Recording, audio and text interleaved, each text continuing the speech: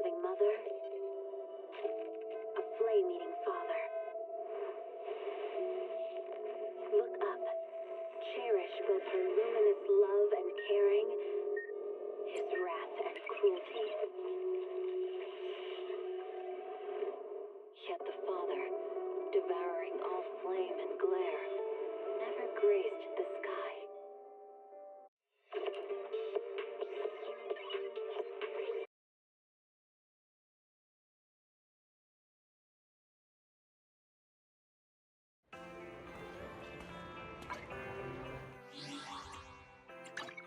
Wanna... Huh? Is something the matter? Let me finish my cup of hot water.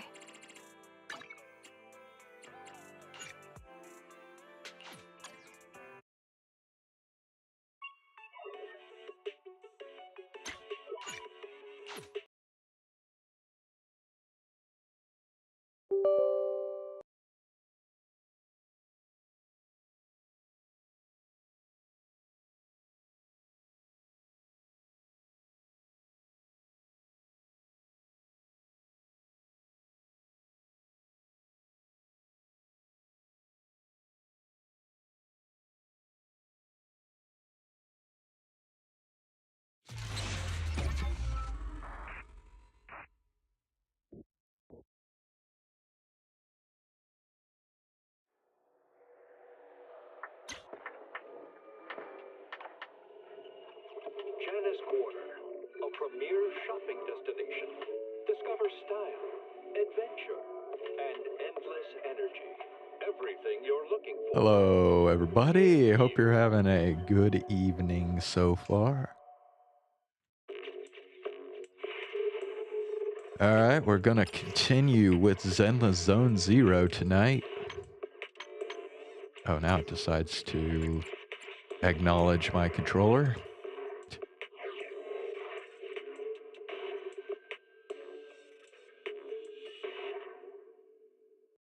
So we still got some more left to do in the new main story chapter that was released 2 days ago. I think I will start with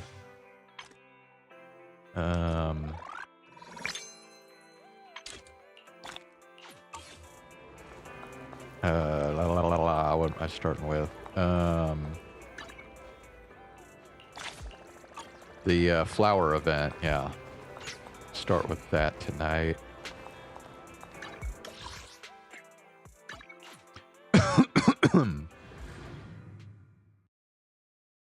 Our next customer is Rena. All right. Master Proxy, are you helping out at the flower shop? Orchidea, don't tell me she took time off just because my order was too hard to fulfill. Orchidea just said she went to restock supplies. That's not entirely certain, but since I still need to ask you, Master Proxy, to help convey my message, there's nothing wrong with saying it.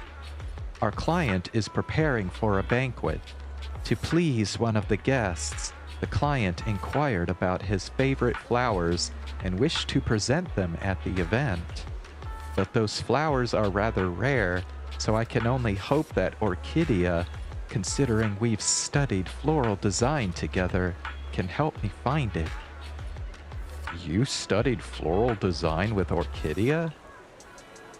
In this case, you could say we're old classmates. As a qualified head maid, arranging flowers to decorate my master's room or adorn a banquet is an essential skill. Sometimes the master may wish to convey difficult-to-say thoughts through the language of flowers. Interpreting and delivering those messages is also one of our specialties. But I'm not a professional florist. Orchidea is the true expert. Did she teach you anything?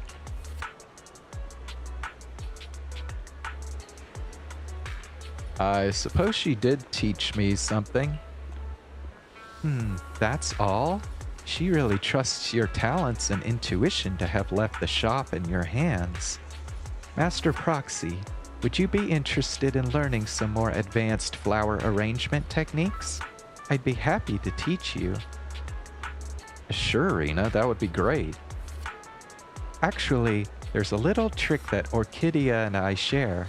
We assess the flowers in greater detail and analyze how they perform in different qualities. For flower combinations, in addition to the obvious aesthetic appeal, we also evaluate their overall score based on various qualities. Only when it meets expectations it is considered a successful arrangement. The shop should have Orchidea's notes from when she first started, though they may be a bit vague. They should help guide you in arranging a bouquet. Why not give it a try? Sure. Let me think. How about a banquet gift as the theme? If I were about to present a delicate and beautiful bouquet as a gift to a distinguished guest at a grand banquet, most important is that this gift must reflect the host's sincerity. Flipping through Orchidea's notes revealed the 4 flower characteristics she summarized. By the way, personally, I prefer gentle, elegant, and subtly fragrant flowers. It would be great if you picked such a flower. I think I get it now. I'll prepare a pot of rare yet still delicate flowers for Rena. I think I get it.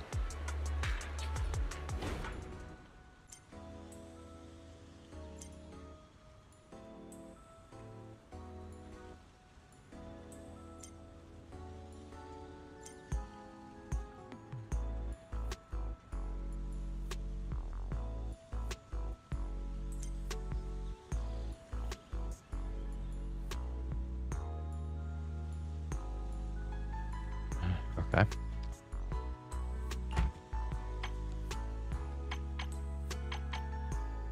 All right. Gentle and fragrant flowers.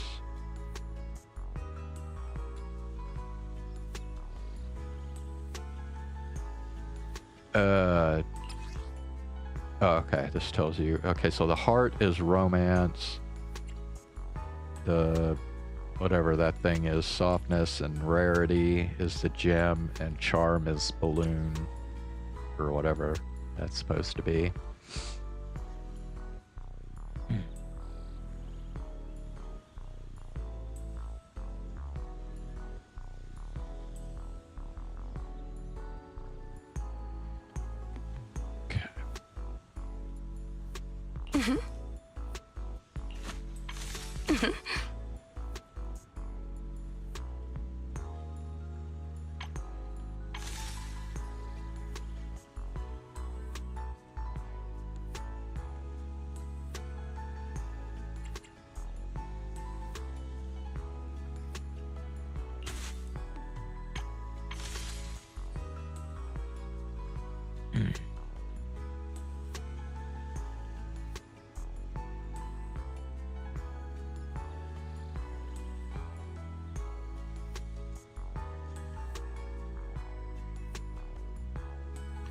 Oh, it says Lily. Okay, well, we got Lily in there already.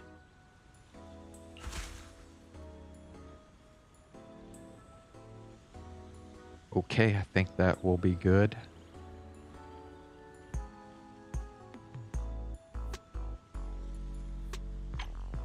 Although everything I picked is white. I don't know.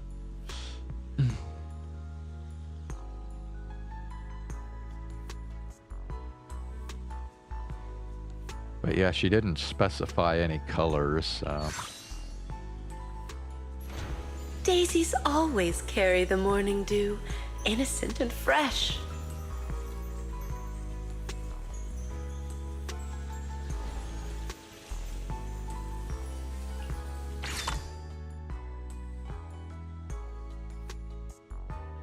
cerulean pot and...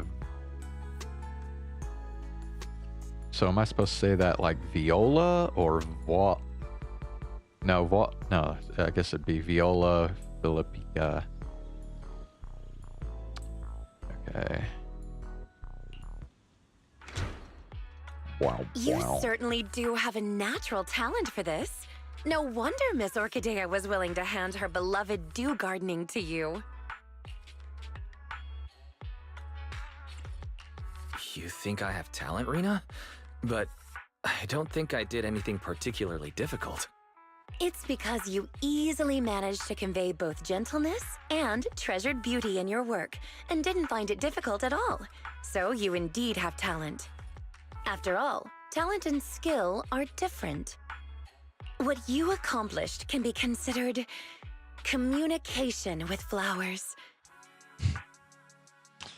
All right. Just as Orchidea wrote in her notes. Orchidea. Oh. A floral designer must feel the qualities and personality of each flower and arrangement in accordance with their own understanding, allowing each flower to radiate its own charm. So it's orchidea, not orchidea. This potted arrangement has achieved that. So, if you're free, I'd love to hear your understanding of different flowers. I've brought snacks. Oh, don't worry. I've already experimented on everyone at Victoria Housekeeping.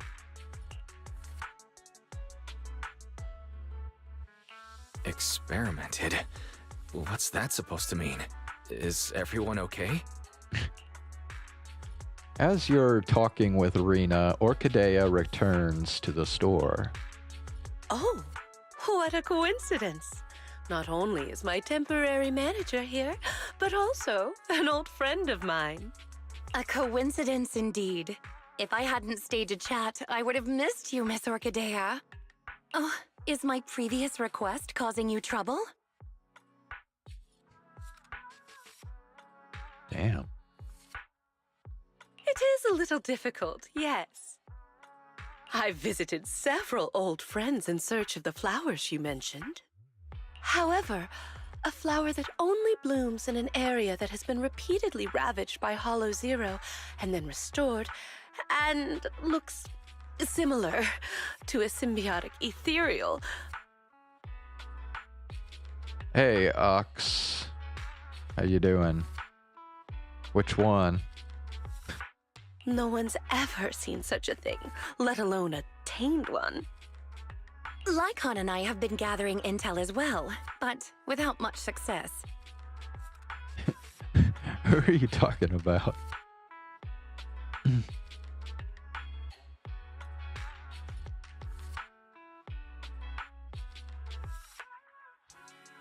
Our client has failed to find any other way to get close to that gentleman. We can only place our hopes on his favored flower miraculously appearing.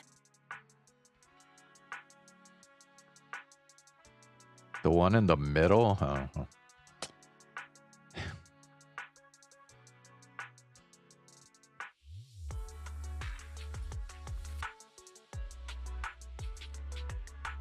You disappoint me.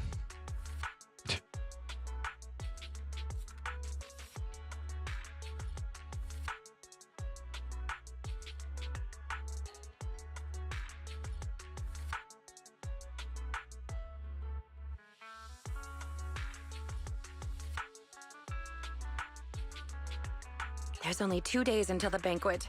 I hope this doesn't become a regret of both Victoria Housekeeping and our client. As expected of Victoria Housekeeping, you're so dedicated to every commission you get. Right. It's not easy maintaining a near-perfect completion record and reputation. I'll keep an eye out for you.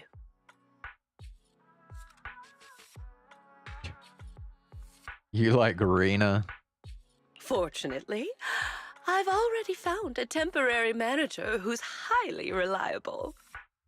You've seen Weiss's work already, right, Rena? With such a brilliant floral designer here, there's nothing I need to worry about.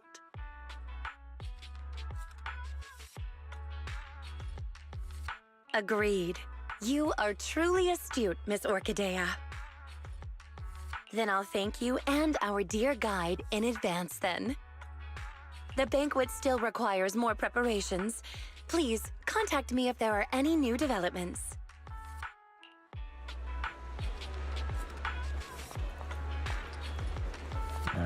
Okay.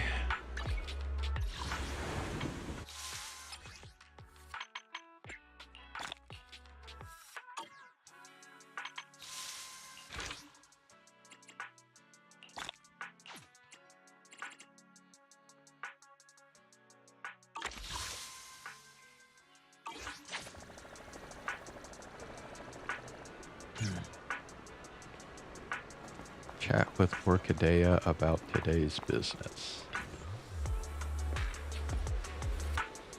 Are you about to close? Looks like my stand-in manager has worked hard today. Oh, it looks like we have another little guest. A weary Bang-Boo appears carrying a briefcase and wearing a neck pillow. Okay.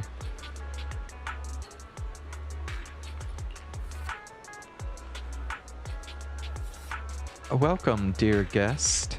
Could you perhaps use a bouquet to ease the fatigue of work? Hello. I heard you do personalized potted flowers here. I'd like to order one.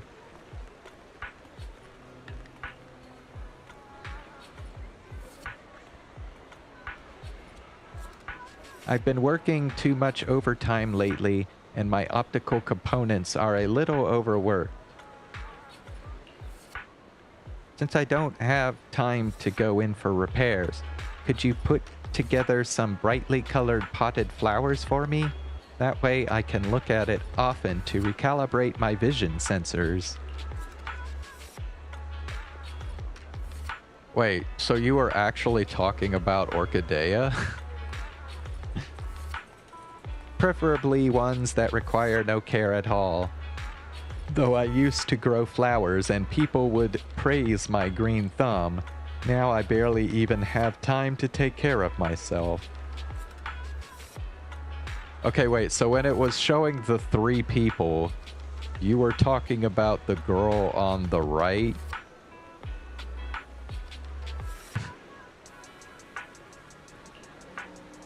Sorry, dear customer, but I'm unable to fulfill your request. But why?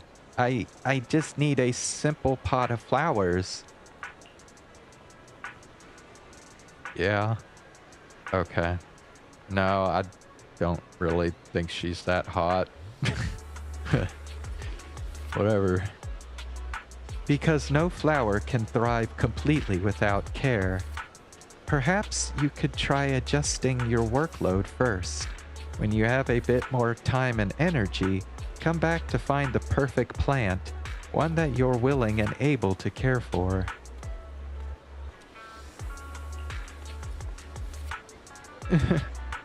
Adjusting my workload, that's not possible. My boss has been so excited lately, constantly saying, if we pull this off, that mine alone will be enough to make us all rich. All he does is make empty promises and assign even more work. Meanwhile, he either does nothing or spends his time chasing shady get-rich-quick rumors. Poor overtime Boo, it's working so hard. How about this? While I can't sell you a pot of flowers right now, I can give you a few sunflowers. They are just about to bloom. Simply place them in a vase and change the water every 2 or 3 days, and they will flourish beautifully.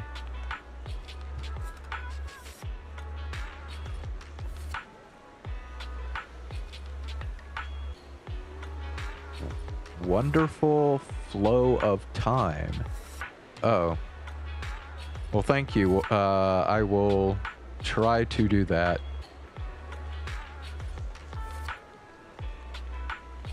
Yeah, he saw the stream title apparently.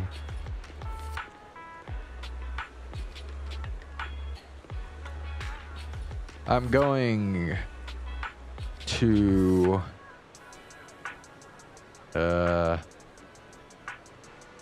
Well, I won't tell you exactly where I'm going, but I'm going to Texas, I'll say that.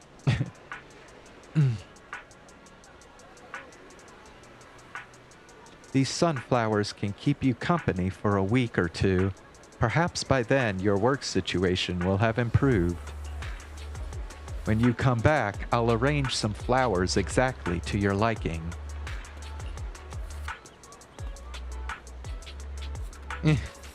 Thank you. You're a kind shopkeeper. Overtime Boo leaves with the sunflowers Orchidea carefully chose. Its wary silhouette seems to be brightened just a little by the vibrant bouquet. For some specific? Not really. Just a trip.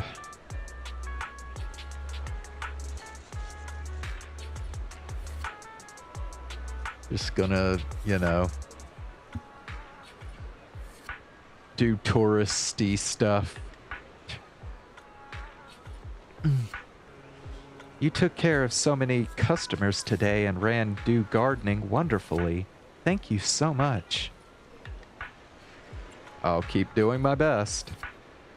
Due to Rena's request, my once relaxed restocking trip has become much more intense. I'll have to trouble you with taking care of the customers for the next few days.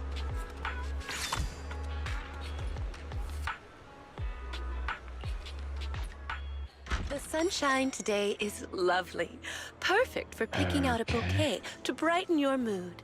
Don't you think?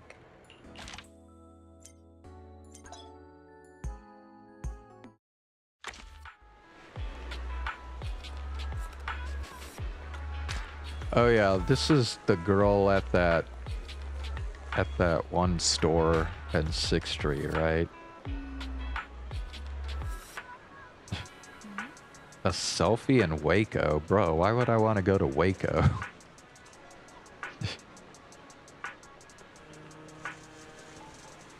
Nah, dude, the Alamo, I've already been to the Alamo. There, it's like, it's actually not that big. Like, I don't know, it's just, there's nothing really there except the kind of the famous facade, you know, in the front, and then just some like walls scattered around. That's really all it is. I am driving, so okay, nah, dude, not 16 hour. That's too damn long, dude.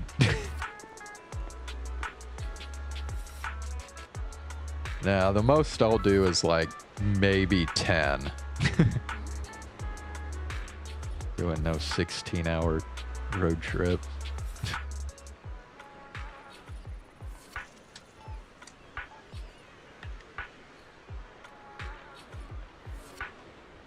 Customers have been saying the gadget store's promo images are too plain lately. I want to buy a pot of flowers to use as a prop for the photos. Would be nice if the potted flowers were more fun to match the toys. Oh, if I add more decorations, would that mean I wouldn't have to replace the flowers as often? That way, I could save a bit of money.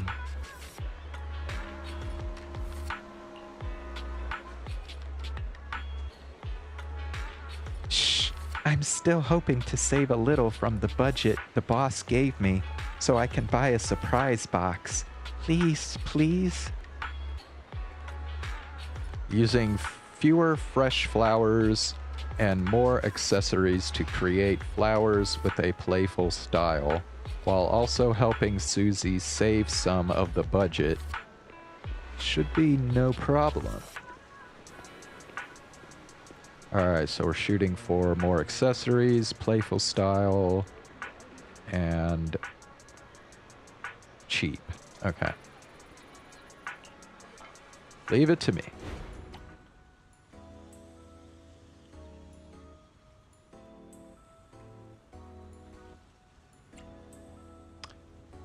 I guess we'll do cerulean pot. Okay, wait. What are we going for again? We're going for...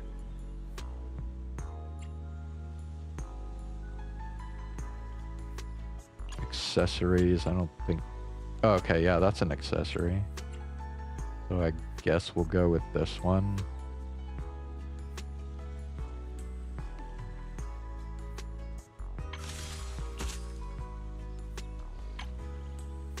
Okay, you can't do an accessory here. Oh, she wants charm. Okay, I guess sunflowers got the charm here. Price is less than 10,000.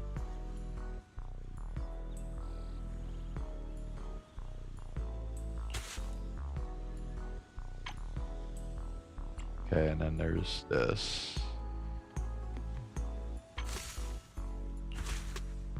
Ooh, just barely under 10,000.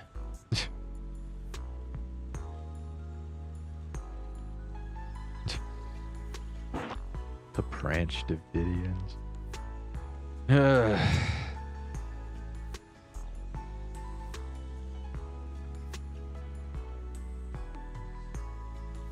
All right, well, I think this works.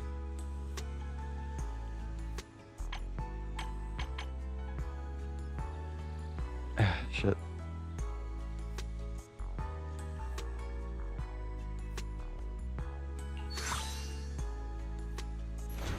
The simple blue-green hue depicts the tranquility and elegance of time.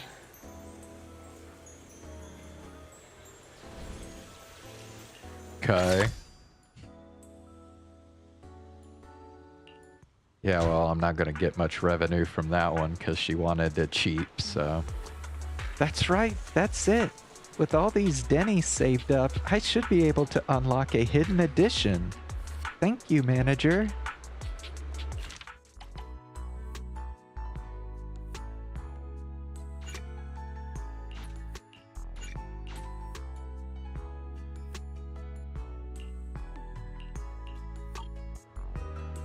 So how many of these do I actually have to do before, like...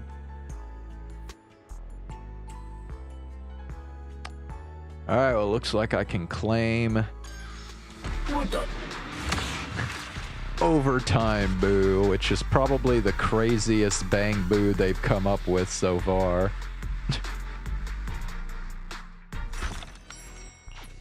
Dun dun, okay. Oh hell, like it says I have like 41 days to do this, so...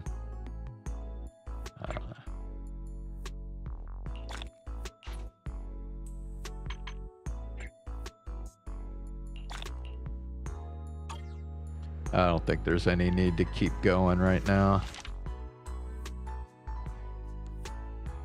Whoa, wait a sec. Oh, okay, those I've already done. Okay.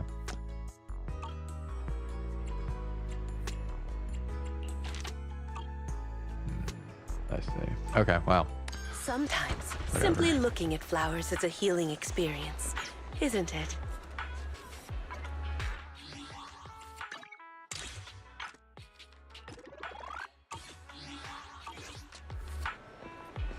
All right, man.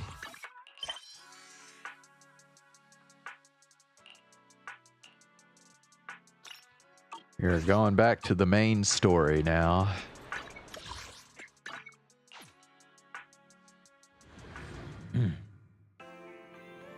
Oh, yeah. Let me see. Let's keep up with the NFL draft here. I don't know why. It's not like... I'm just curious to see where people from my alma mater go.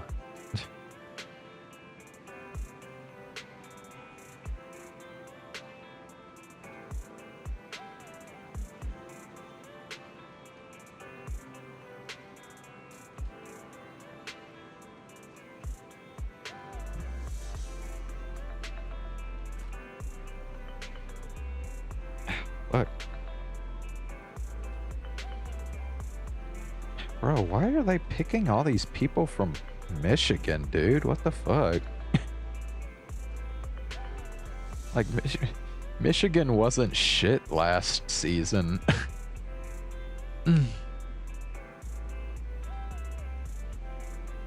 Alright.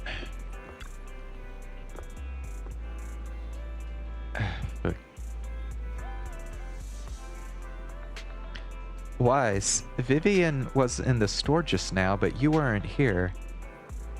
Did she need something? Oh wait, we already did this, didn't we? Yeah, we already did this.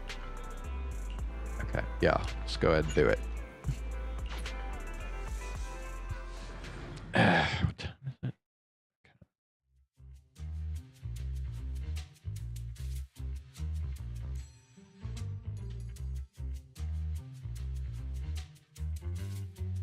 Oh, they still haven't started the game yet? Damn. Whatever. Earlier, Vivian exchanged information with an acquaintance in the auction house's lounge. Shawl, I didn't expect you to be working here. Perfect. Oh, it's Twin Tails girl. I was just covering someone's shift. Okay, hold on a sec. This girl, like, freaking works everywhere, apparently. I mean, she has, like, at least 3 jobs that she's working at the same time. The screening here is super strict, and I was afraid the supervisor would realize I was new and subbing for someone, so I hid in the control room during the supervisor's inspection. So I happened to bump into this guy, a blonde man wearing a hat, and I think he was checking some footage. Then he logged that footage into the tape he brought. Later, I found that part of the footage had been wiped.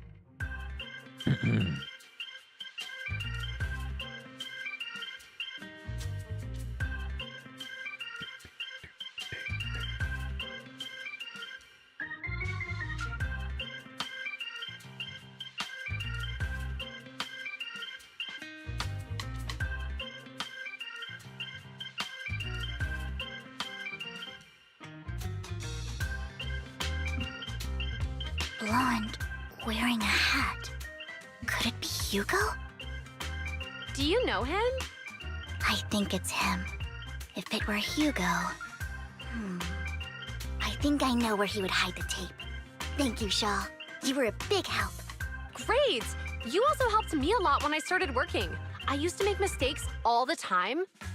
If it weren't for you cleaning up my messes, I would have been fired ages ago. So I'm happy I could help you too. All right, go ahead and do what you need to do. We'll catch up another time. After saying goodbye to Jal, Vivian leaves the lounge. Lord Phaethon, you're here. Someone I used to work part-time with just so happens to be covering a shift at the auction. I learned from her that Hugo once took some footage away with him. I think Hugo was planning something, so he hid the security footage. But once I know when Hugo came here, I should be able to guess where he put the videotape. How? We are Mockingbird after all. It shouldn't be surprising we have subtle ways of communicating information, should it? Once on a mission, we couldn't use communicators. So Hugo trained a few birds and put trackers on so we could communicate. But after that mission ended, we let them roam free.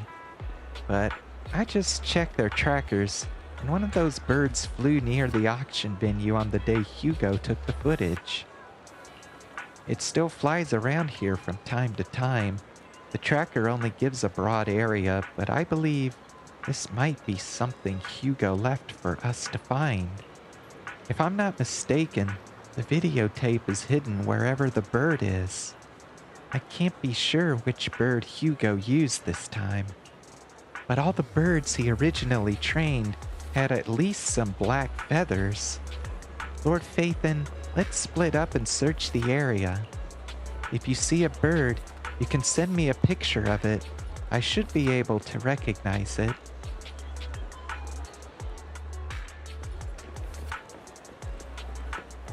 Blackbird. Well, a partially blackbird. It's black and white, I guess.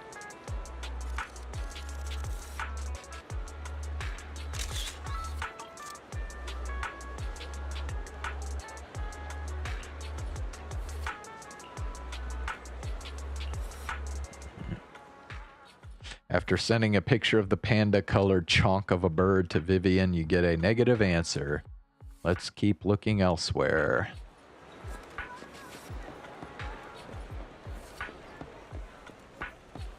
Wait.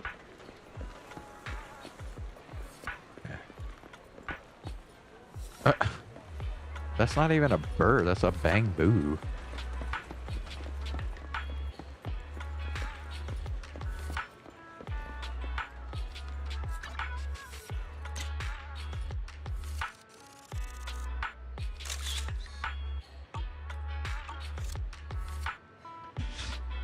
Black crows in a dark alley. Seems a bit cliche, but this really is a good place to hide something. Let's take a photo of this crow and send it to Vivian. After receiving the photo, Vivian quickly responds. That's the one. She quickly comes over. That's the one. It's all thanks to Lord Phaethon we found them so quickly. If it's here, then Hugo must have hidden the videotape among those boxes. You look through the boxes and find the recording, but it's been damaged. After discussing with Vivian, you decide to head back to the video store together to repair it and check the contents before making your next move.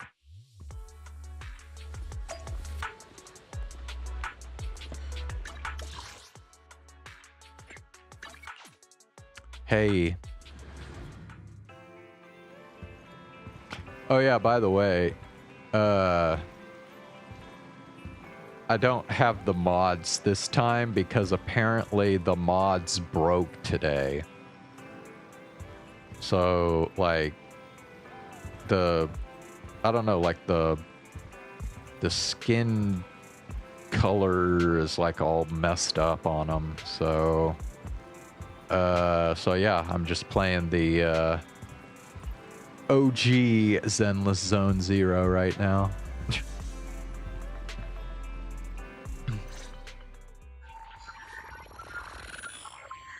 Barry repairs the videotape and you watch the recording.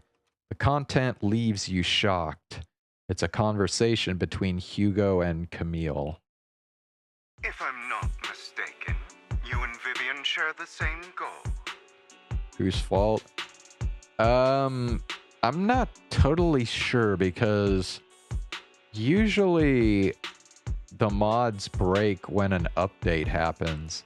But the thing is, like, the update happened Tuesday, and I played it Tuesday and Wednesday, and there wasn't any problem then. But then, I don't know, for some reason today I started the game up and they were all messed up. So, I don't know, I guess they changed something today that, like, fucked it all up. I'm not sure.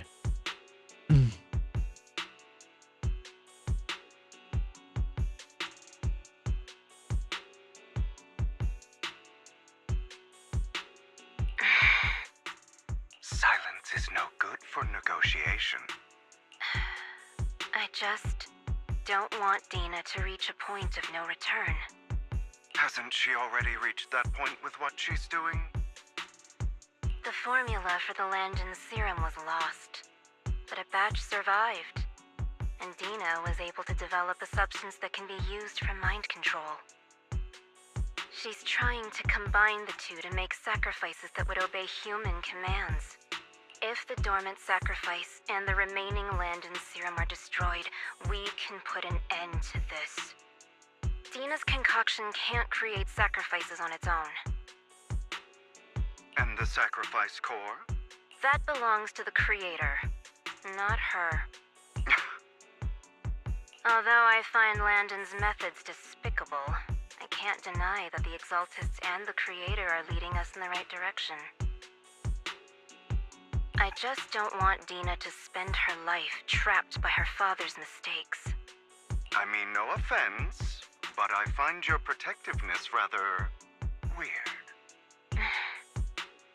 I will confirm the location of the dormant sacrifice and find the chance to relay the information to you.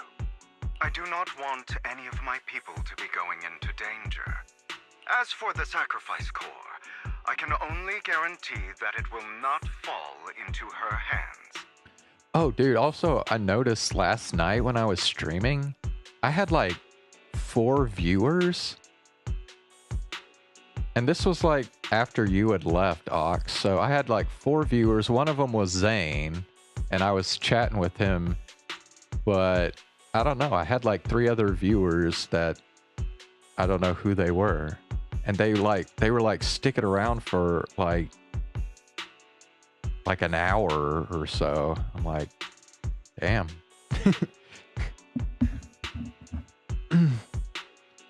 Pretty unusual. As for how things will ultimately play out, The Creator will guide me. The video abruptly comes to an end. Camille was actually destroying the dormant sacrifice?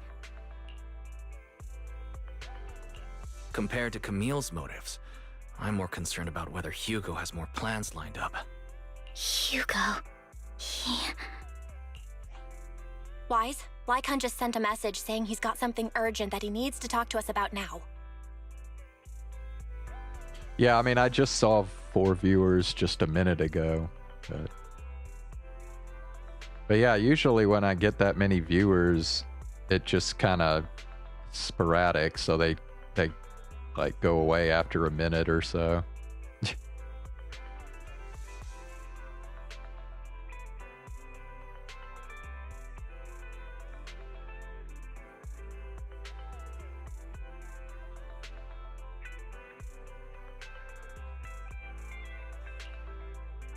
All right, let's patch him in. Master Proxy, I apologize for disturbing you. We have just learned that the Ravenlock family will host a banquet tonight. This banquet is rather special, as they're allowing members of their family to invite business partners to attend. With Hartman at the center of controversy, there are many members of the family who are eager to use this opportunity to replace him. The mayor has been spreading rumors of a young tycoon who inherited a sizable fortune and is looking to partner with a person from an old and influential family.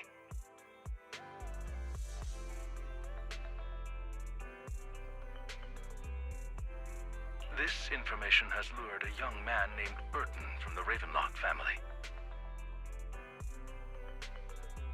Am I gonna see the Hatsune Miku movie? I haven't heard of a Hatsune Miku movie.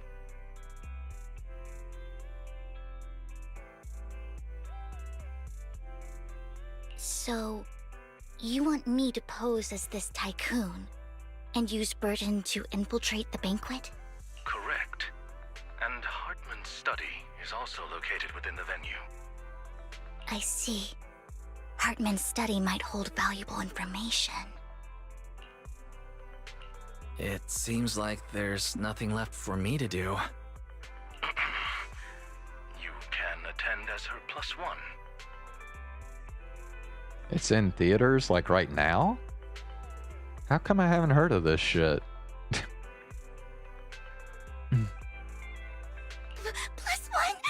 Lord Phaethon, please go with me!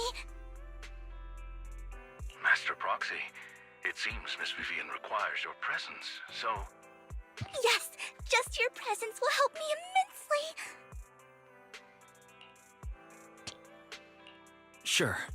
If we go together, we'll be able to keep an eye out for each other. I'll accompany Vivian.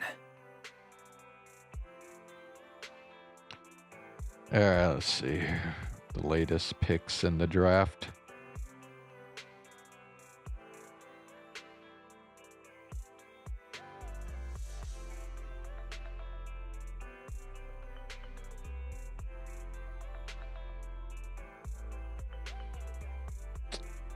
Okay, nobody has picked Baron yet. The fuck?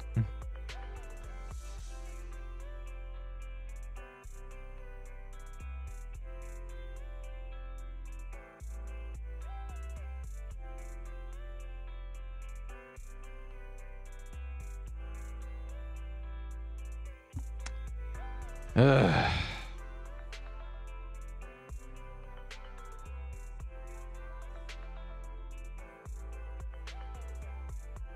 Alright, well, what's going on with the Thunder game here?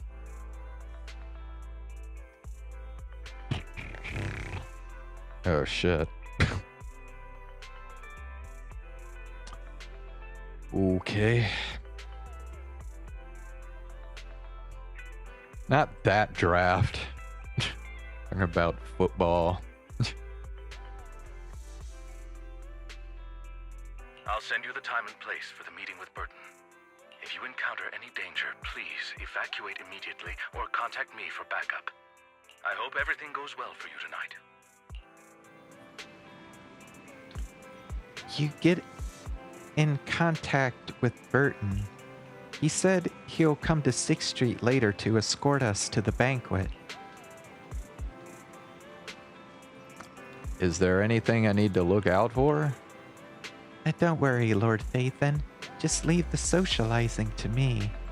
I won't let any evildoers get close to you. But since there's still some time before we have to go, should we watch an instructional videotape on formal dinner etiquette together? I had learned everything from videotapes when I first went undercover at a banquet for a mission, too. Though such a method isn't sufficient to master it, it's enough to deal with this one excursion. Then let's watch. Yep, I'll go over the key details for you as we watch the tape. You do some last-minute studying on the etiquette expected at a formal banquet for your mission that night. Before you know it, evening has arrived. Lord Phaethon, Burton sent his location. Are you ready to join me for the banquet? Alright. Then I'll meet up with Burton first and make sure he's not tampered with the car. Lord Phaethon, please wait 5 minutes before joining me. It'll be safer this way. Vivian heads off first. After 5 minutes, she sends a message saying all is good. Let's go meet up.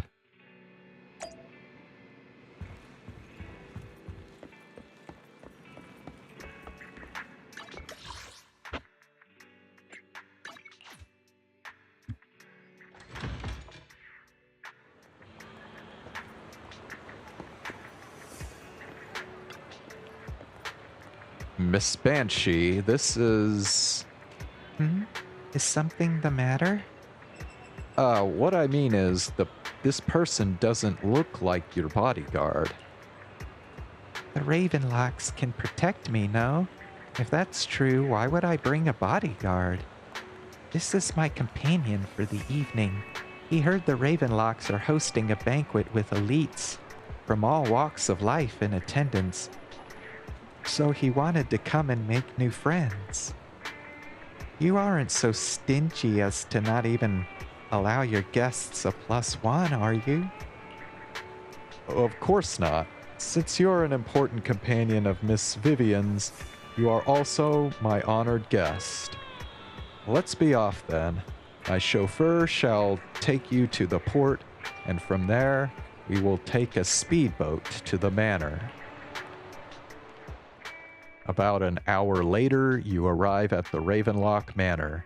With Burton's guidance, you go through numerous security checks before finally arriving at the banquet hall. Miss Banshee, I believe I've shown you my sincerity. Now how about you? Sincerity? My presence here is a show of sincerity. If we're to work together, Miss Banshee, you should drop your pretentious act. I am well aware of the ways of the Ravenlock family. If I were to come empty-handed, I probably wouldn't even be able to make it out the front door tonight. Since I agreed to come with you, and even brought along my most precious companion, does that not show my deepest sincerity? No need for such an off-color joke. Our door is always open for those coming or going. We both know what's what, so let's cut the small talk. I know far more about how the Ravenlock family made their fortune than most here. I am also well aware of why Hartman, despite such a massive scandal, still remains in power. Oh? Do tell. Exaltists, blessing, sacrifice, Landon.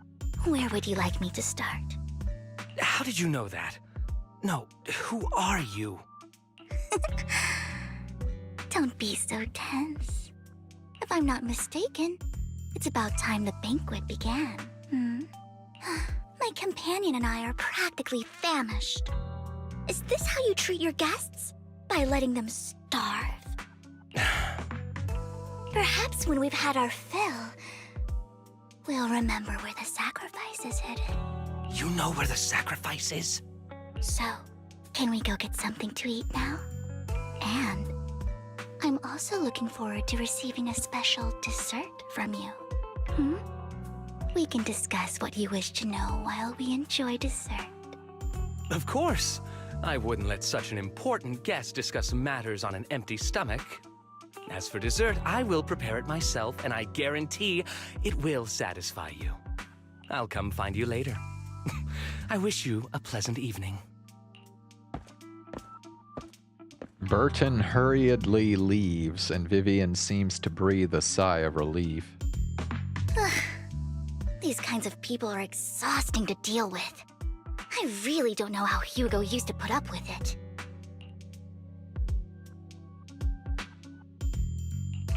Was there a special meaning to the dessert you mentioned just now?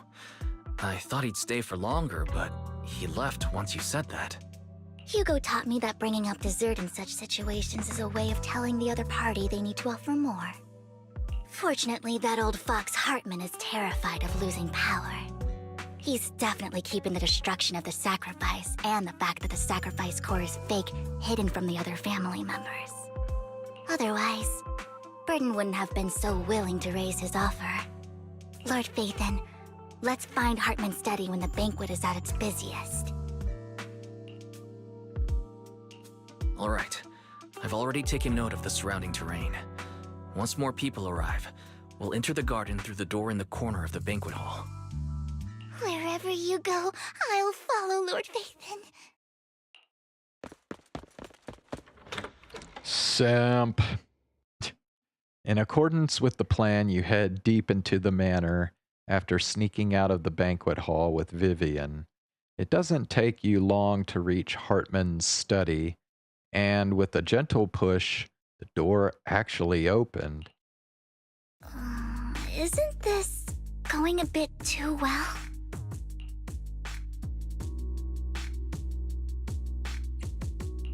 The security outside of the manor is really strict, but maybe it's more lax on the inside?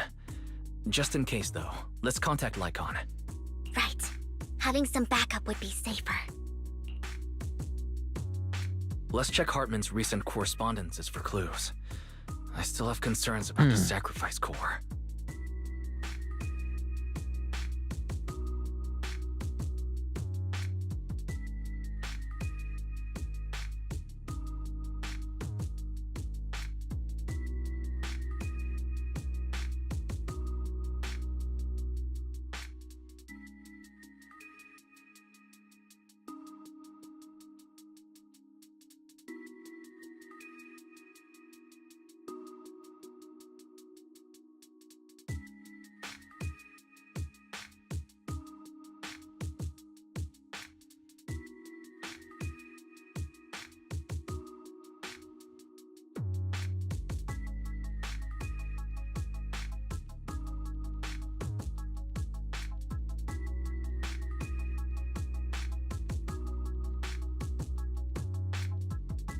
Right.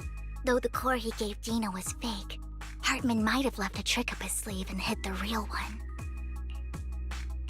Then let's split up. You and Vivian search through Hartman's office for a while, but find nothing. Just then, footsteps suddenly come from outside, and in a moment of panic, you hide behind the desk. Esteemed guests, is the catering at the Ravenlock family banquet not to your satisfaction? So much so that these two distinguished guests felt the need to come to my humble office to scavenge for food. Don't want to come out? Well, after all, you don't have long left. Burton, that greedy idiot, fell for the mayor's trap.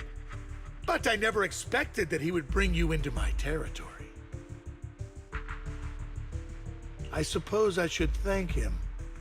Otherwise, I would have had to go to great lengths to eliminate you. Vivian, Phaethon, give Hugo my regards. Tell him I shall be taking the wealth and power of the Ravenlock family for myself. Hartman raises his gun, aiming at the desk, yet there is no gunshot. With a clink of metal, a familiar voice comes. The bullet? How? Dear uncle, why must we be so distant with one another? You can just tell me what you want to say directly. Hugo! Impossible! You're... Uncle, you must know a Ravenlock will never stop until they get what they want. Did you really think I would be defeated so soon, when I have yet to trample you into the dirt? You filthy bastard! You only know how to resort to these petty tricks! Petty tricks? Perhaps you'd like to know what I managed to accomplish using this faked death of mine. My dear uncle.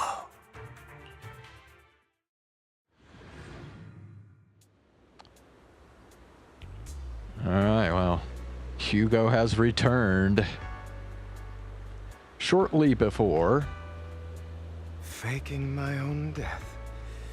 Hope it's all worth the theatrics in the end. It was just to keep Hartman off my back, but maybe I went a little overboard. The manager must be pretty shaken up.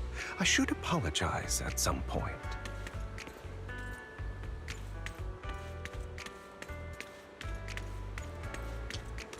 Well, I guess it's a good thing Zane isn't here, because, Guess I'll also bring Lycon along. He's my partner in crime. Because, I'm having to control Hugo now. You're late. You're taking longer to rest than I expected.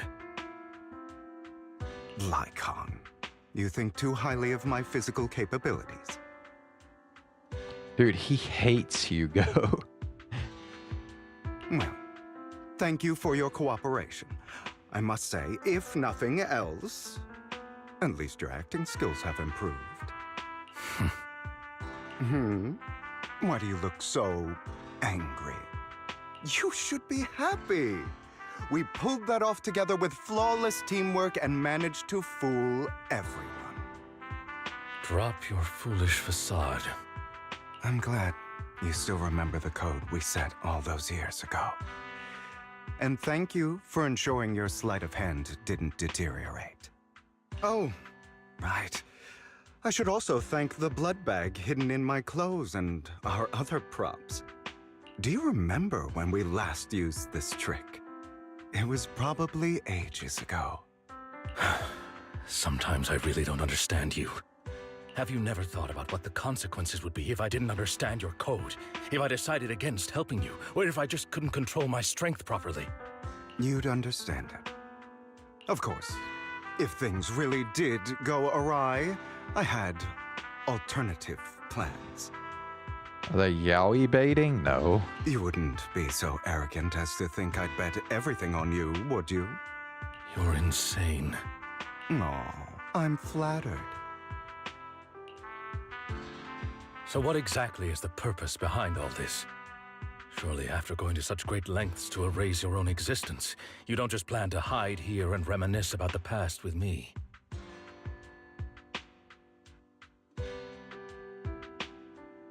You know, now that I think about it, these two kind of remind me of Alhaitham and Kaveh in Genshin Impact. They have kind of a similar dynamic, although I think Lycon and Hugo actually hate each other more than Alhaitham and Kaveh did, but... Don't try to brush this off. I've already helped you enact your plan.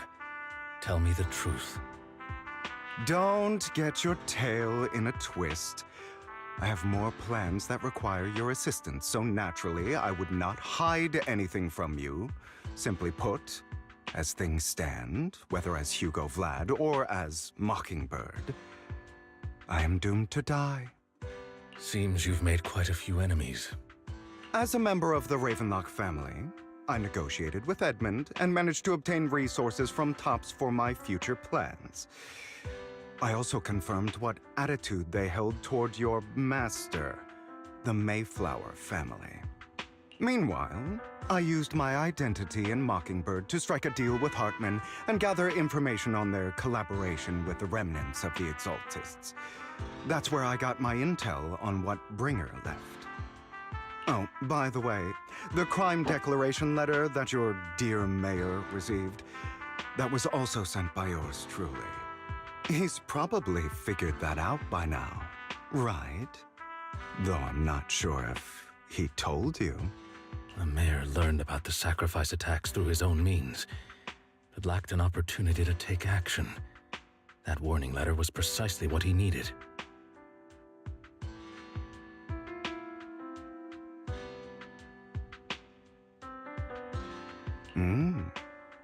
You aren't hopeless yet.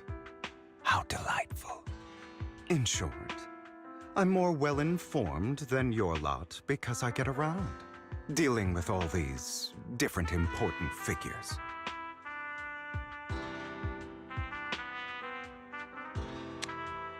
Are you super gay for thinking Hugo is kind of hot? I already kind of figured you were not totally straight, I guess. Well, I don't know. No, I guess you're not. You're just bi, I guess. That's probably the best way. The best,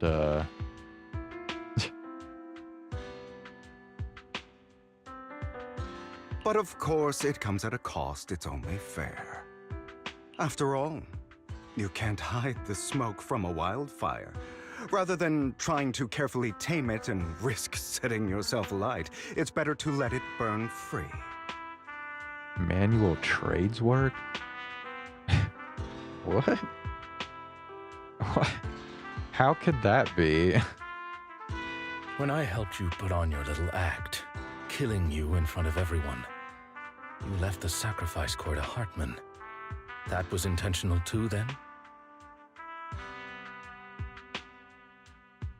Oh, yes. And it worked like a charm, didn't it? Now no one cares for me anymore, and all eyes are on Hartman. A perfect situation for keeping the Ravenlock family in check while dealing a cutting blow to the Exaltists behind them. Another crucial point is Vivian and Phaethon. I must sever any ties they have with me or Mockingbird.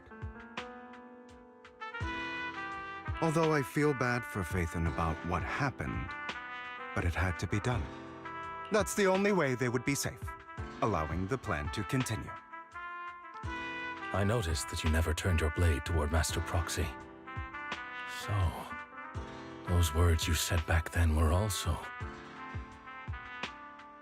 I will bloody my hands. I will carry the weight of my sins. I will become the Abyss. Obviously, it was all an act. My acting has always been impeccable, as you know. Hugo, you're taking such a tremendous risk. Why? Would you believe me if I said it's for justice? But unfortunately, it's not. I want revenge on the Ravenlock family. And I will make sure that despicable excuse for a human being, Hartman, suffers a slow, torturous end. Of course, I also promised Vivian that I would help her investigate the whole thing with the Exaltists. That's all. You don't look too good. Is it your wounds? No. This is the first problem I plan to resolve. Lycon, do you have a place that is sufficiently discreet, quiet, and can take a lot of damage? What? Lycon leads Hugo to a small warehouse in Port Elpis. Hugo looks quite pleased with the place. After scanning the area for a moment, he sits down on a chair, pulls out some rope, and ties himself up. What exactly are you doing? Don't look at me like that. If I didn't have to do this, I wouldn't. Hartman recently obtained a bizarre substance, most likely from those crazy Exaltists.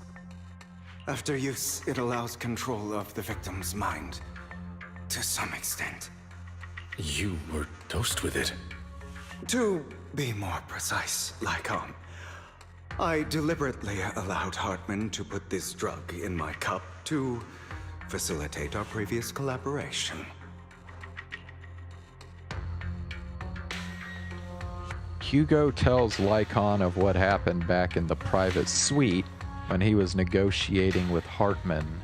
The only reason Hartman agreed to work with him was because of this, because he had drugged that red liquid. After that, every time Hugo and Hartman met up, the latter would always add a small dose of that drug into Hugo's cup and then ask questions, attempting to glean information. After finding out about it, I quickly found someone to help analyze its composition.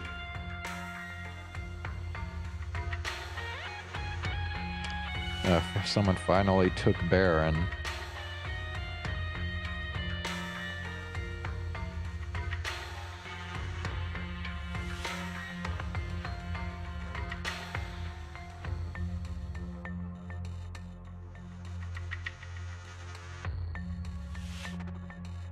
So that makes him the first cornerback drafted in the NFL draft. That's cool. The good news is he gave me a very low dosage, perhaps because he was afraid I might notice.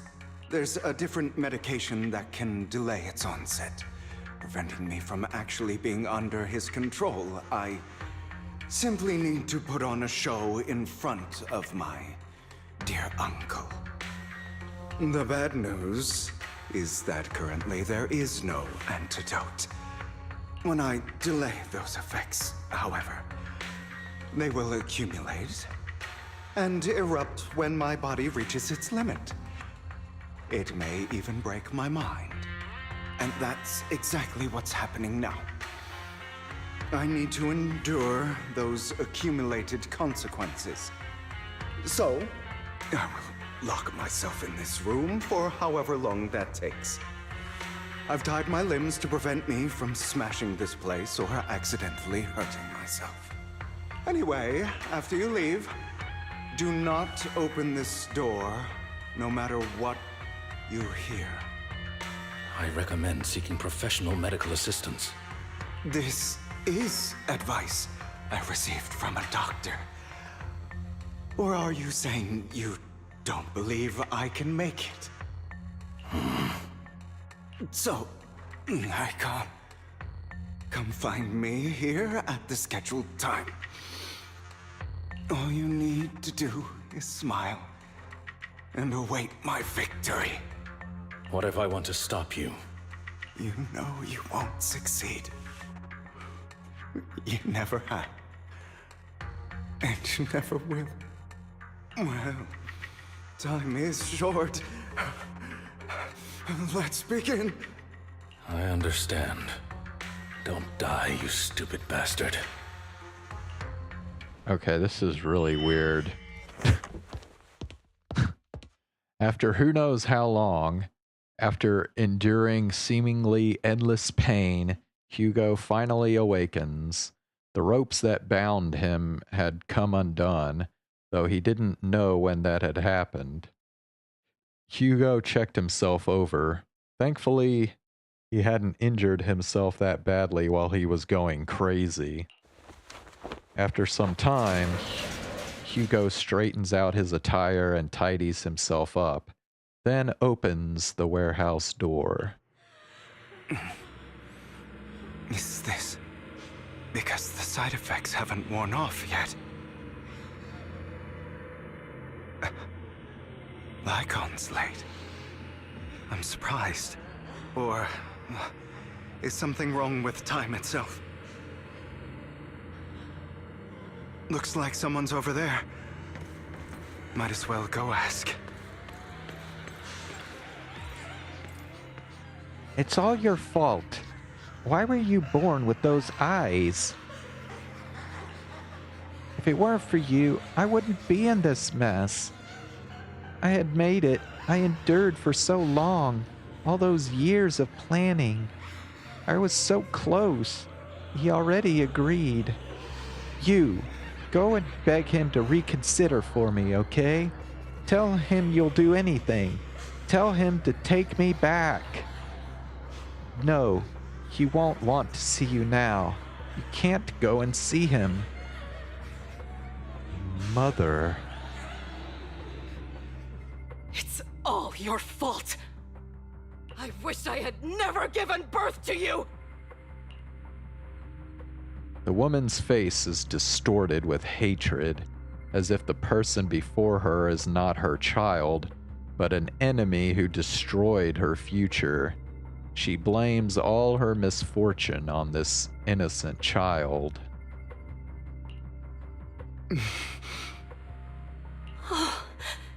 Everything will get better if you just die, right? If you die, he'll come back. We'll have another, more perfect child. One who will inherit the Ravenlock family bloodline.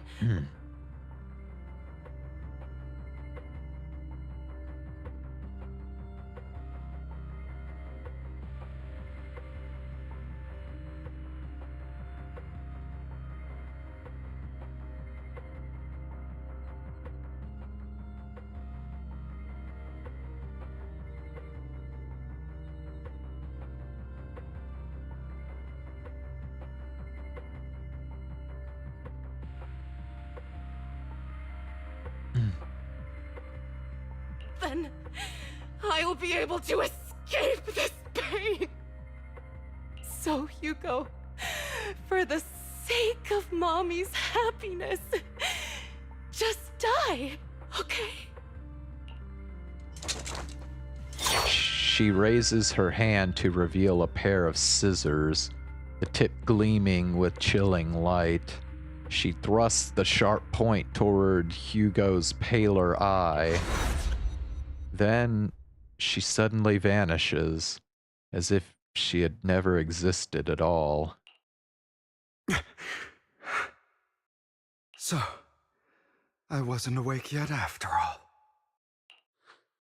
That's because you don't want to wake up again. Who are you? I am you. Hidden deep within your heart. Your most true self. You want to kill her, don't you? Your so-called mother.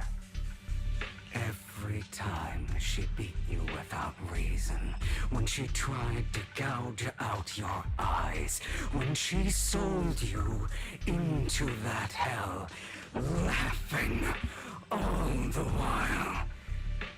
You wanted to be the one to end her life. Why not admit your hatred? As you are, you can hunt her down and make her pay for the living hell of a childhood she made you suffer. Yes, I hate her. I hate her because she was foolish and shallow, greedy and stupid. I hate her because she doesn't deserve to be a mother. She did everything she could to try and get into the Ravenlock family, believing she could live a life of luxury without having to do anything and never realizing she was a pawn, discarded from the very beginning.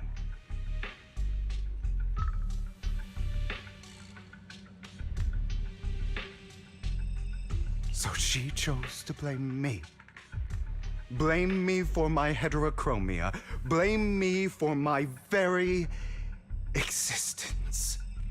But I won't kill her, because I know it won't change anything. She was incapable of loving me, just as she is incapable of loving herself. Have you been brainwashed by that dog? Keeping up the act of being some magnanimous and forgiving fool? Don't compare us. I've simply come to understand love or hate. I make my own choices, and they have nothing to do with anyone else. She sold you to the Ravenlock family for a huge sum of money. She used that money to start a new life. Without you.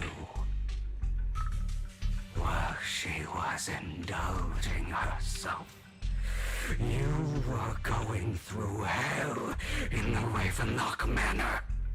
Does it not torment you? Do you not feel the hatred? Do you not want to demand answers? Kill her. Only by killing her can you be truly free. For a long time, I thought the same way.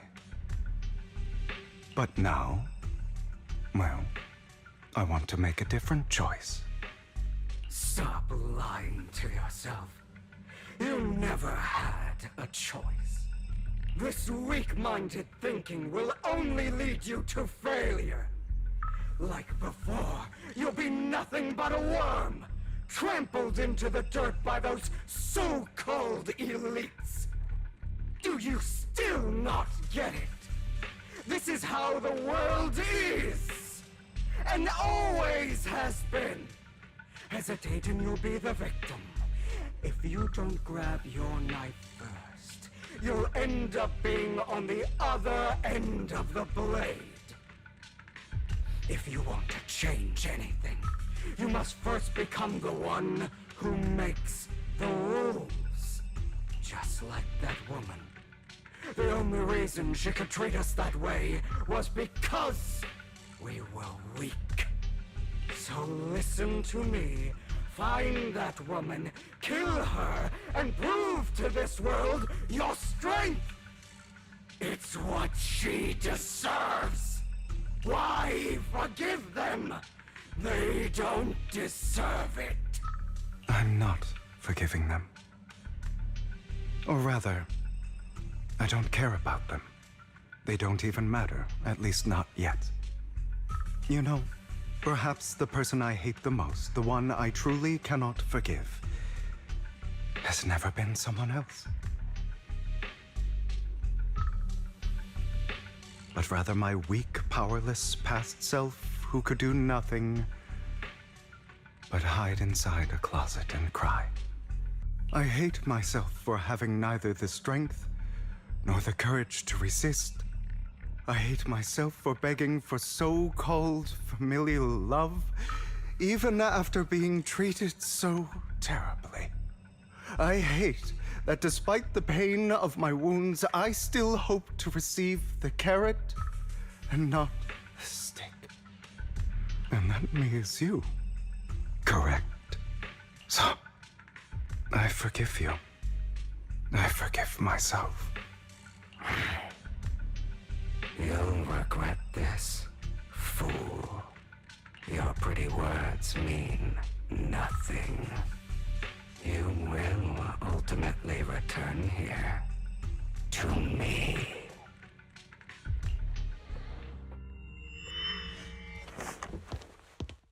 After an intense bout of dizziness, Hugo awakens in the dark warehouse. The ropes that bound him had come undone at some point. Hugo takes a deep breath of the damp air and stands up. Hugo straightens out his attire and tidies himself up. Then he opens the warehouse door. I see. This is still an illusion.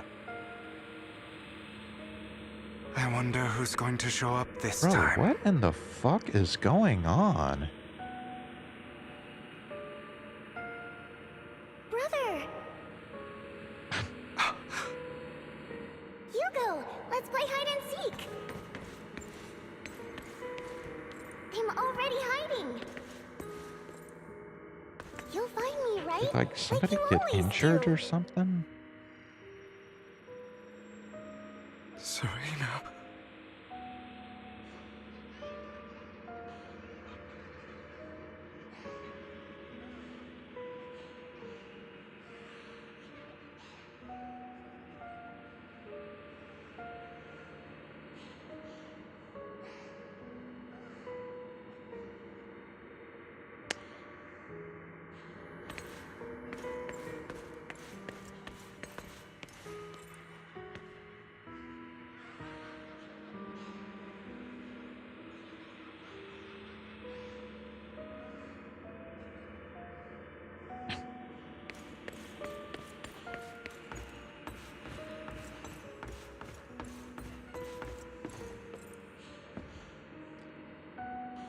Ugh. Am I gambling? No, I did that yesterday, dude. You missed it. I got Vivian. Hey, what's up, Zane? How are you doing?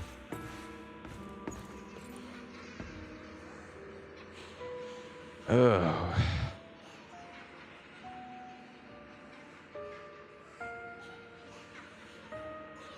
Oh, on sports? No.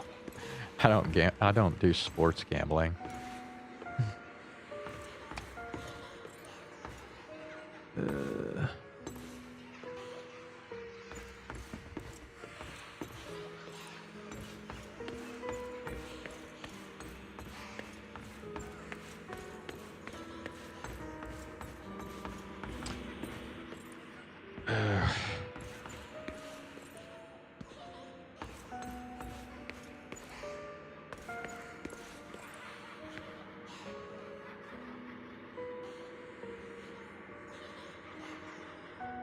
Ooh, like, no, I've never gambled on sports, ever.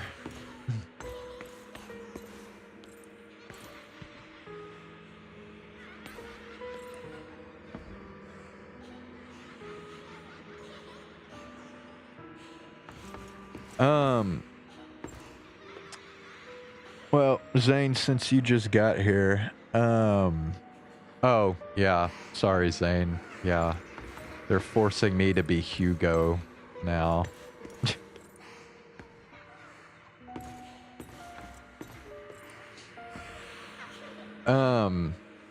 I'm thinking about switching over to that VR game. Do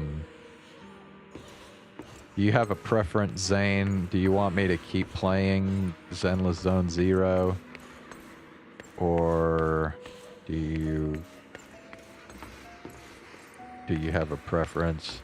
Because if I get in VR, I won't be able to respond as much, so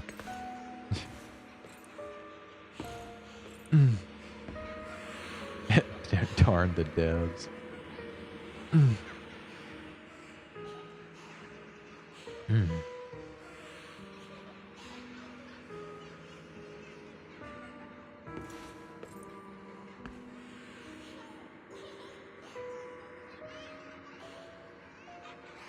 I mean, I can, but I have to, like... Yeah. Keep playing? Okay. Alright. You're looking in the wrong place. I found an even better hiding spot this time. Harder to find than any place you showed me.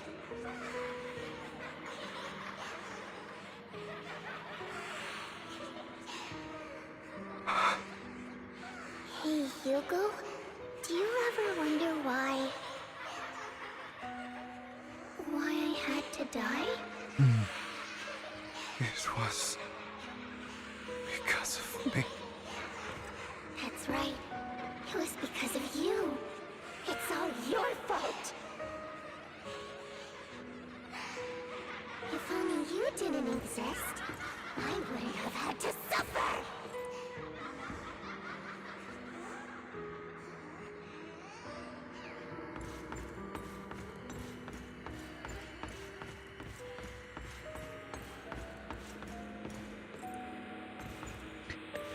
Oh yeah, Zane. So apparently Box is into Orchidea, the flower shop lady.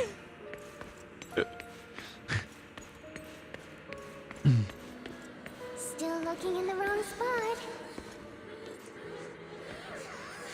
I can't believe you still haven't found me after all this time. Ugh. Have you forgotten about me?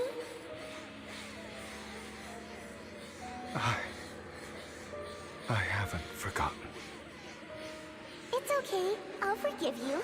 I'll still be nice to you, just like before.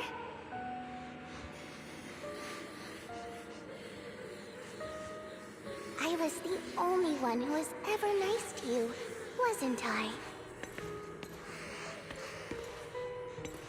Yes. Then tell me, why do good people always suffer? Why is kindness always punished instead? Tell me, Hugo, why?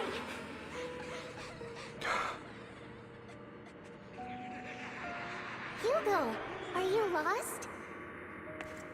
Go back the way you came. I left you a surprise there.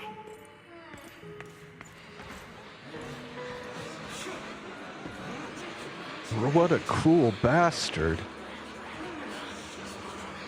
As expected of a disgusting bastard. Lady Serena was so nice to him, yet he... How does he still have the nerve to stay in this house? They shouldn't have let him in from the start. Filthy, lowly blood. Curses and insults encircle Hugo, piercing his skin like frozen knives. The mockery and rage form a wave that crashes through him, threatening to drown him. Then, as the cacophony reaches its peak, it goes silent. The air seems to congeal in the silence, deep and oppressive. It is as if time stood still, with only his rapid heartbeat echoing.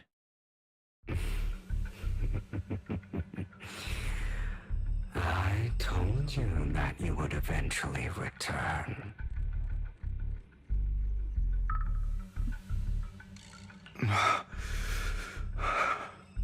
We meet again, my friend. I told you, I am you.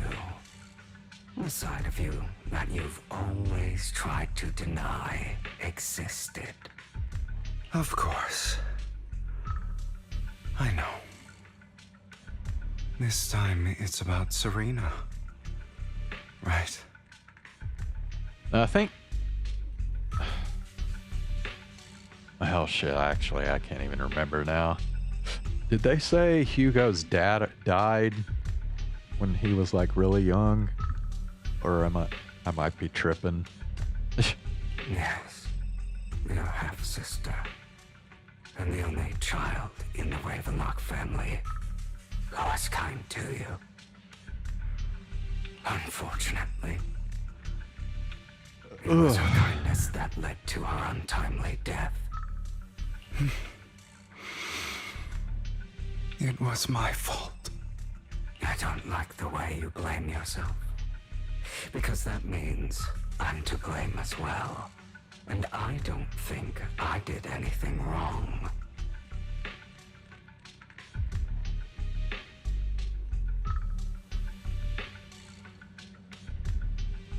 Your mother sold you to the Ravenlocks. And your father, he saw your talent and wanted to use you to push the other children into competing with each other.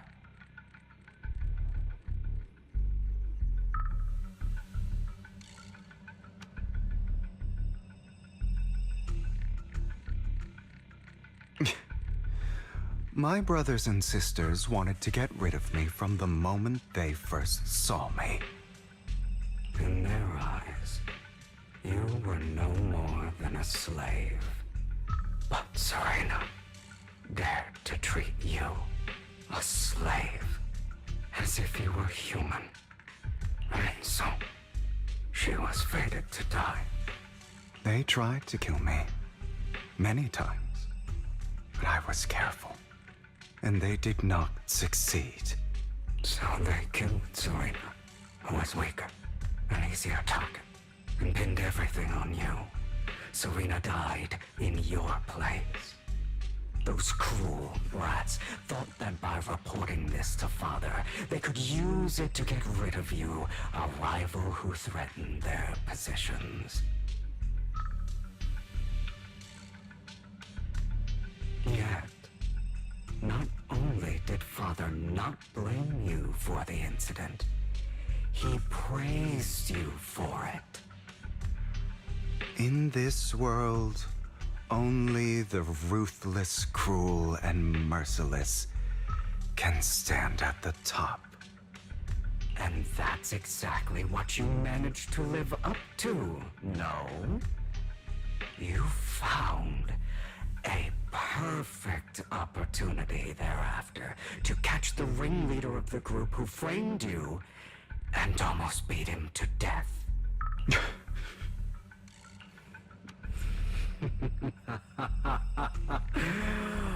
Oh, you should have seen the expression on your face back then.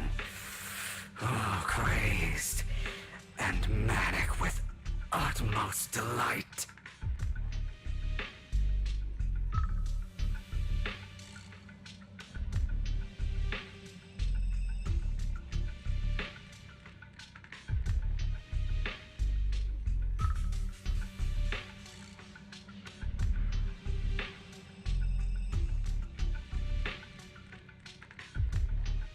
Well, so basically, like, Mockingbird was never supposed to, like, kill anybody, but Hugo did kill people, and basically Lycon, like, just couldn't stand him after that, so he, like, left Mockingbird, and, yeah.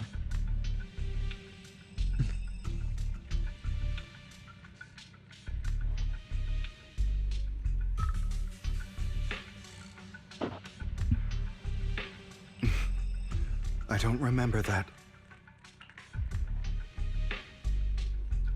Seemingly unsatisfied with his answer, the inner demon transforms into him again.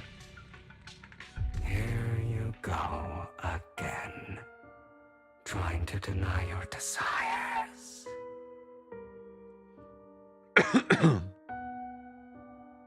I forget who it was. Deep down inside, you've always wondered, asking yourself why these evil people never got the punishment they deserved, Why the world is so unfair.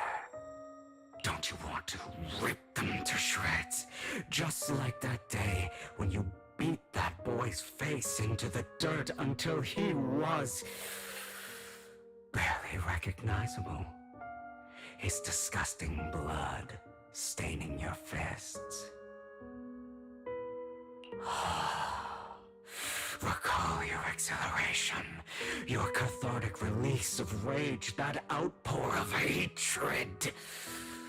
That victory belongs to you. You deserve it. Those brothers and sisters of mine are all dead. I cannot take revenge against the long deceased. They died by Hartman's hand, dying in the power struggle to become the Ravenlock family's heir, rather than by our scythe. Boring. Boring. I find it hilariously ironic. Children who would murder their own kin for scraps of power dead at the hand of their uncle who followed their example. Is that not karma? Power struggles pitting kin against each other, betrayal, suspicion, and hatred between people of the same blood. It's like a curse, written into the Ravenlock family's genes. Laughably stupid. Don't forget, my dear, that the same blood flows through your veins.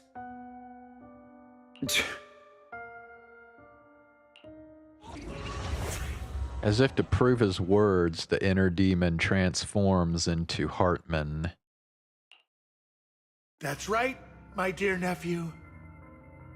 No matter how much you deny it, the blood of the Ravenlock family flows through your veins. Survival of the fittest. Only the strongest deserve to live. Only the strongest deserve to rule. This is the path of success that has led the Ravenlock family to victory countless times. A blessing and a curse etched into your flesh and blood. As long as you live, you'll never escape the mark of family. You are destined to one day become someone like me, like your father.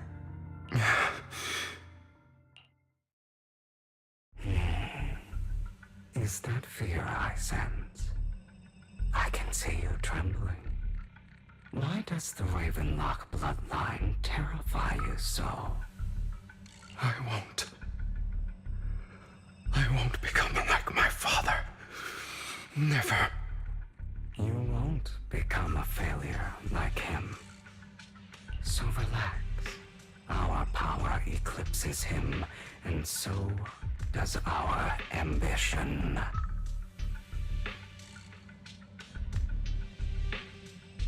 So, do not deny your own desires. Do not resist your own ambition. This is the talent you were born with. The best gift fate has ever given you.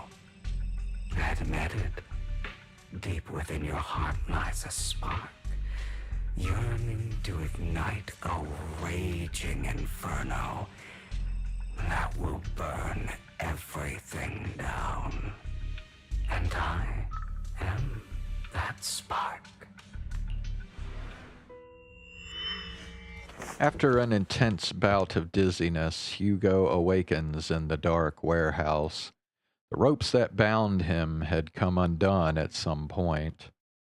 Hugo takes a deep breath of the damp air and stands up. Hugo straightens out his attire and tidies himself up. Then he opens the warehouse door. Lygon. Never thought I'd be this genuinely thankful to see you.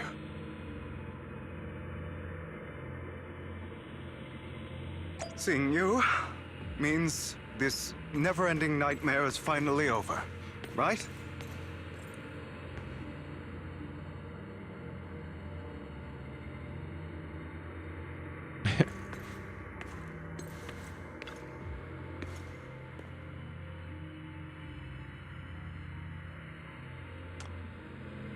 Why did you break our oath? Why did you use me? My eye and these legs, they were all your fault. You know, you are exactly like your father. I don't want to hear something like that from you. You have no idea what that man, my father, is really like. A person who stops at nothing for their own interests and ambitions. Just like what you're doing right now.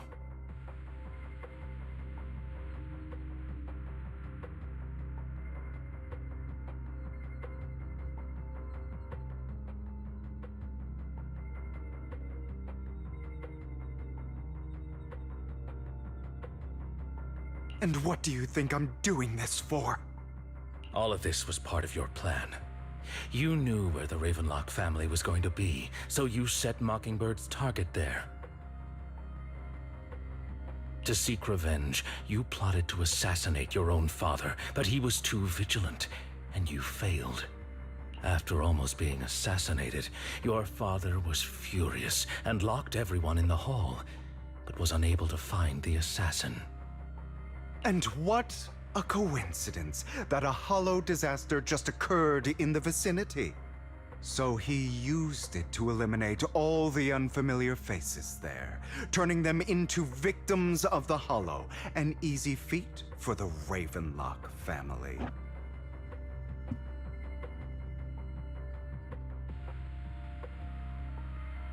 So, the one who killed innocents was my father, not me.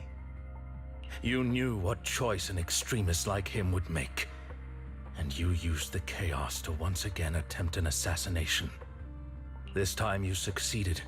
You killed your own father at the cost of innocent lives. Admit it, Hugo.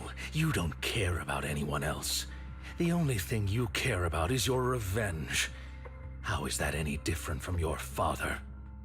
Enough. I'm tired.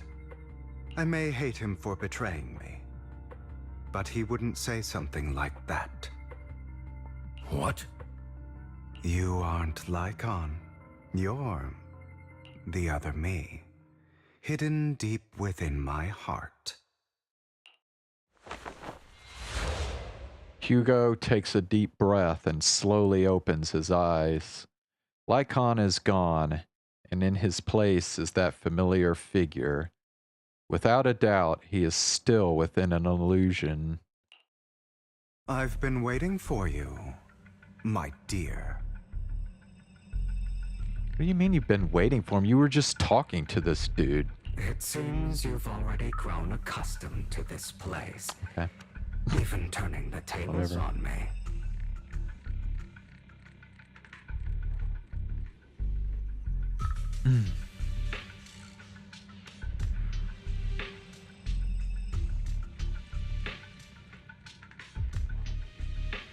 Just as you said, you are me, and I am you. There's no such thing as having an advantage over oneself.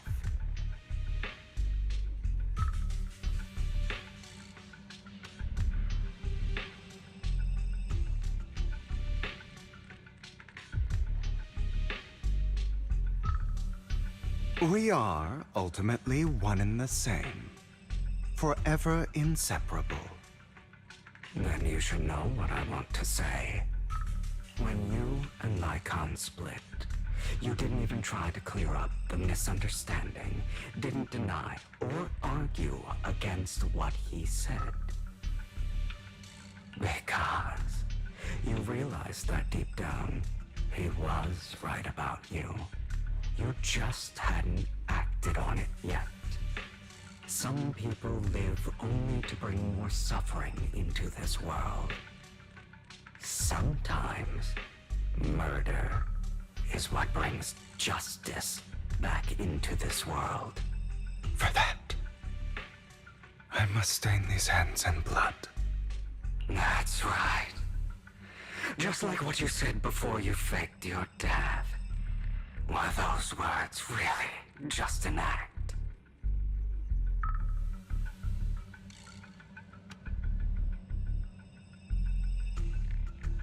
To slay the dragon, you must first become one with sharp claws, rending fangs, and strength enough to destroy anything. You know the truth better than anyone. If you hadn't hesitated and instead seized the first opportunity to kill your father, none of what followed would have happened.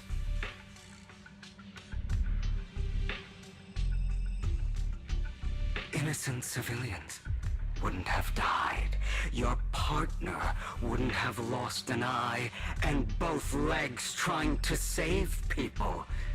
And Mockingbird would have never gotten to that point.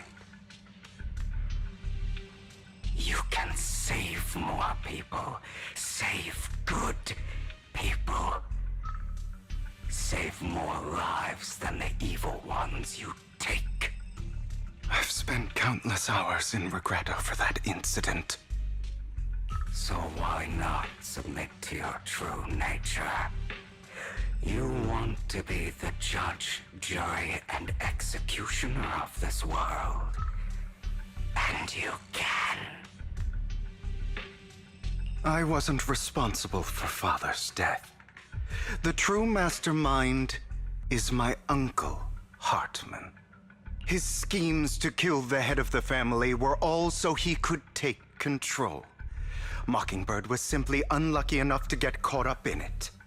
So, for a behemoth like the Ravenlock family, with its roots so deep, a single person's death, regardless of who that person is, wouldn't change anything. Of course, whether it's Tops, the Mayflower family, or even the entire world, it's actually all the same.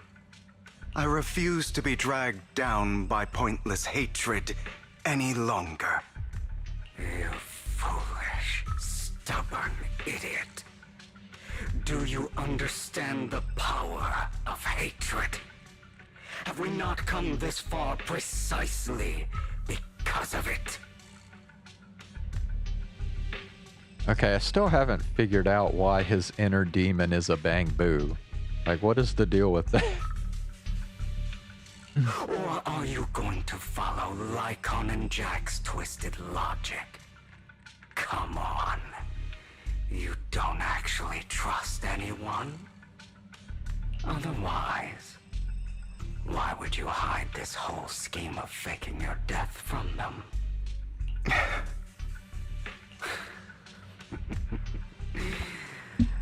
You've built an impenetrable wall around your heart, keeping everyone out.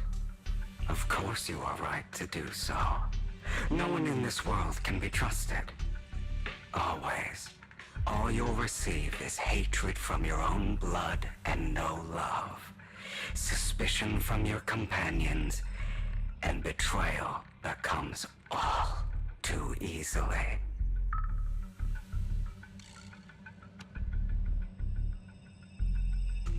But the most ridiculous thing is that you want them to trust you.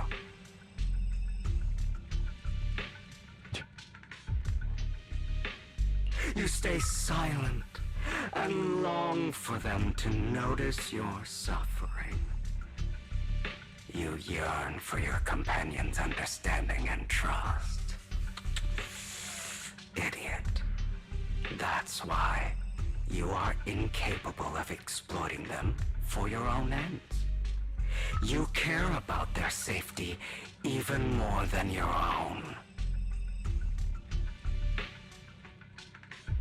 But remember, only the weak need companions. I don't know. I feel like this is just circular at this point. Like, this conversation is just going in a fucking circle. Like, And we are children born from hatred. We are different from them. I will never be like them. And I don't need to be. Come. Let me show you what powers we can wield. But you are me. And I'll never lose to myself.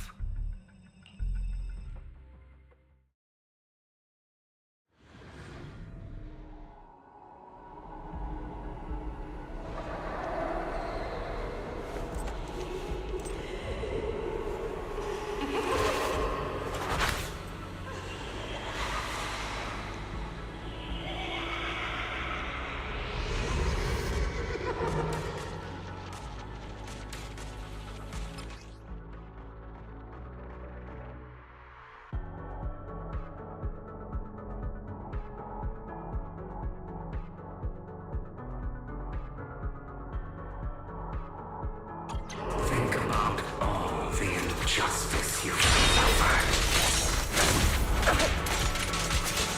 If you choose to forgive, you're betraying yourself. You know it.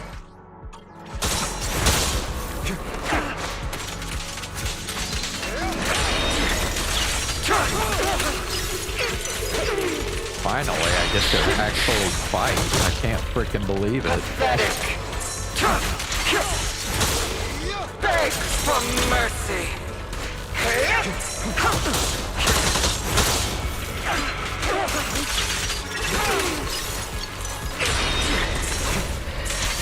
Out of my way.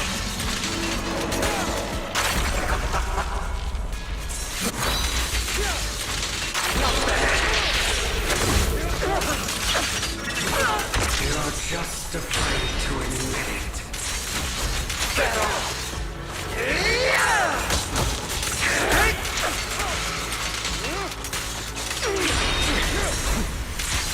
Out of my way!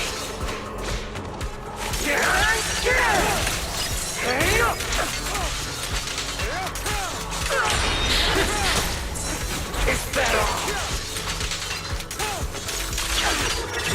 You're too scared to face your true self and what you truly desire.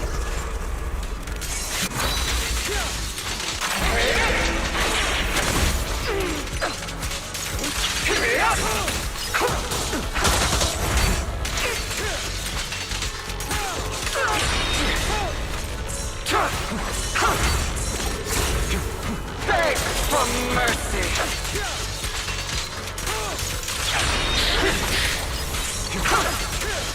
Let order and madness dance. I have you now. Are you trying to kill me? You think you can just get rid of me? Without me, you are nothing. For what it's worth, thank you. Don't be afraid. You and I are inseparable.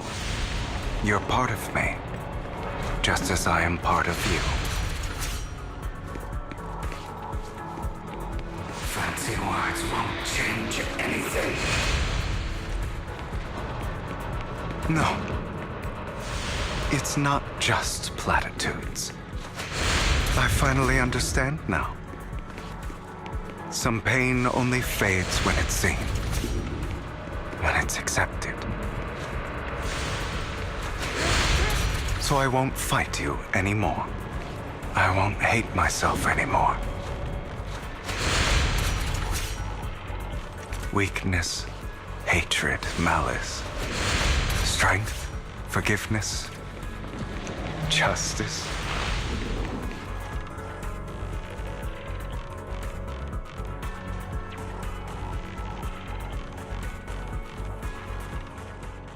Finally, it's time to meet up with Lycon.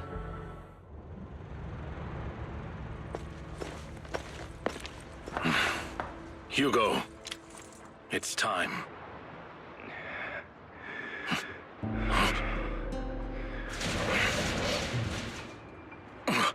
Hugo.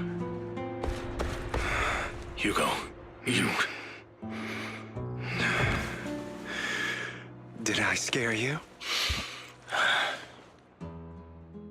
I made it through. I won. No praise from me, my dearest partner.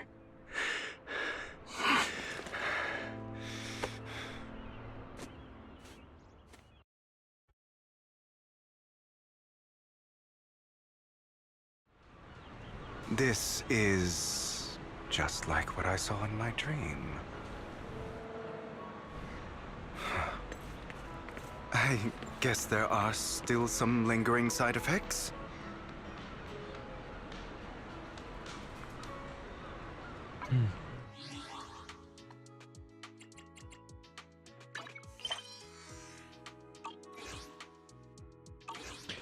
He's got too many issues. You got that right.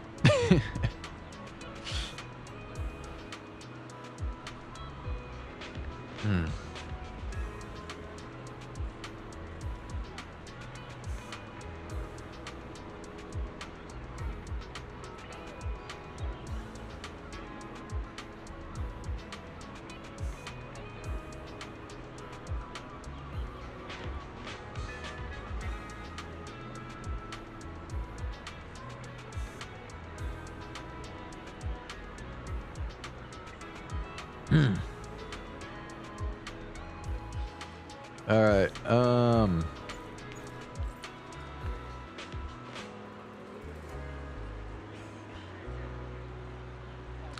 Yeah, I think I am just gonna go ahead and, well, I'll do the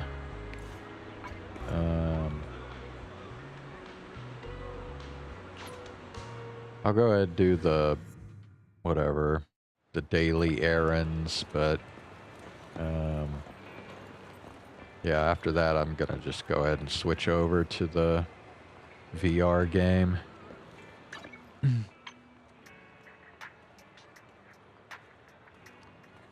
Okay, what do I still need to do here? Okay.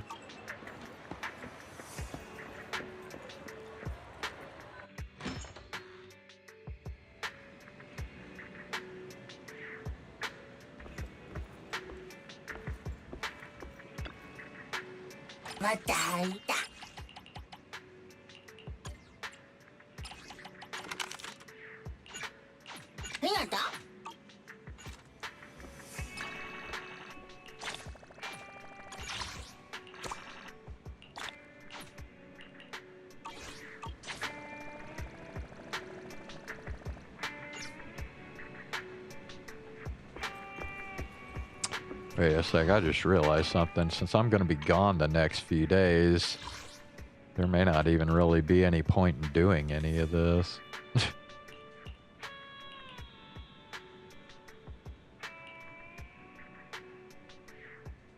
Oh well, whatever.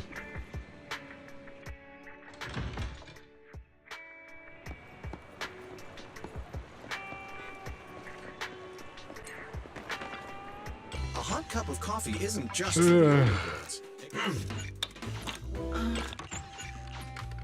Whenever you feel lost, you can always come back here for a cup of coffee. What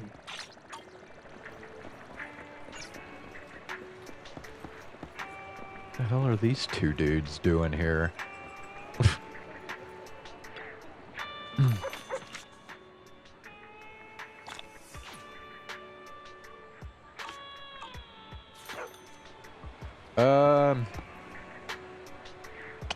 Maybe like 45 minutes, something like that.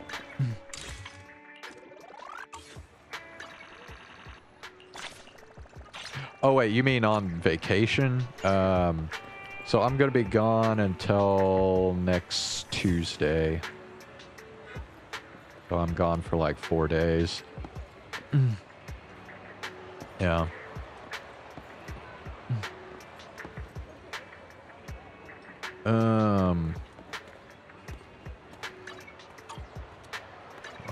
check this real quick.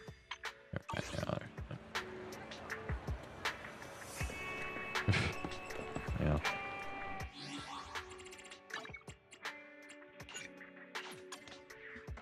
All right.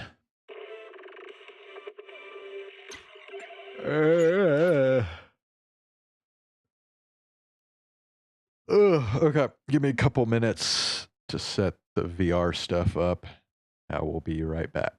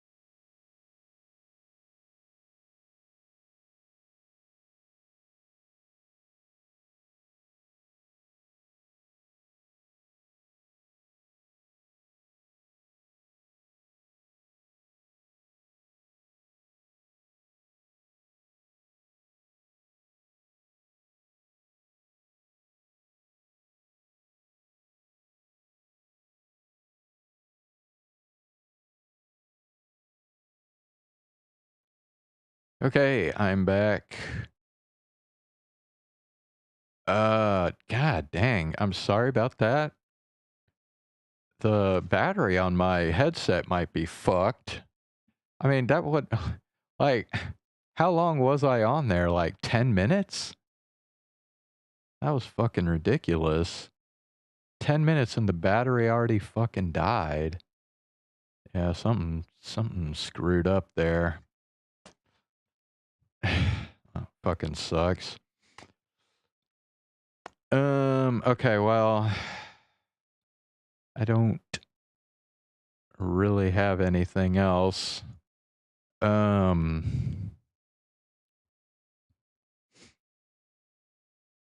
Anybody still here? Ox, Zane, are y'all still here? If not, I think I'm just gonna go ahead and call it a stream. And,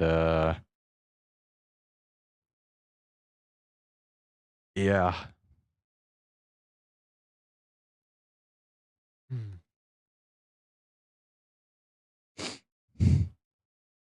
So, okay, Zane, you're still here. All right.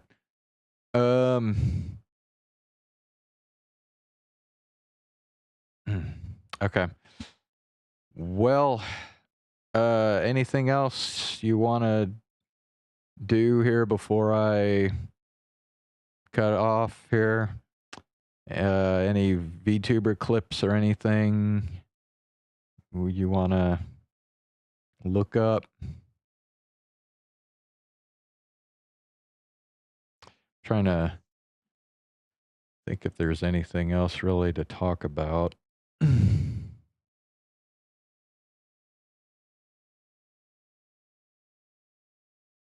Oh, yeah, that's right.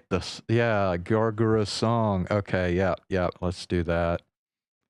Dude, I'm telling you, this song is so damn good. Yeah. Okay, well. Process, like polishing animations.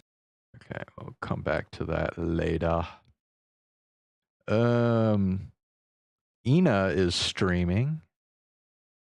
Let's see, YouTube. Katy Perry situation is crazy. Bro, what's going on with Katy Perry now?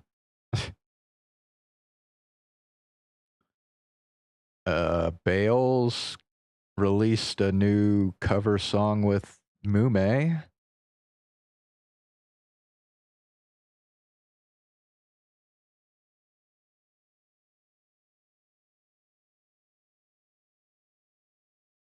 Oh, Raora is streaming now. Dude, she has been busy lately, man. She's just been streaming nonstop.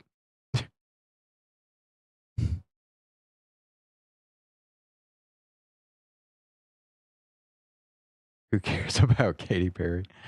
Yeah, I gotta be honest. I'm not really that much into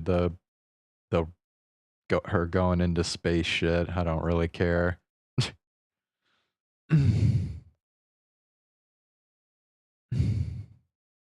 Maury Calliope streaming some Pokemon game.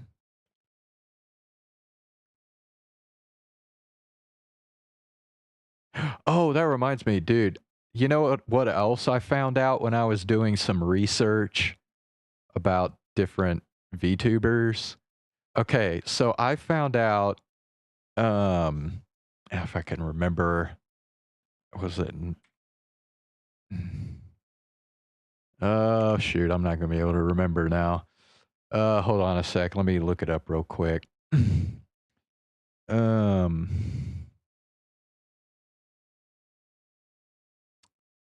see.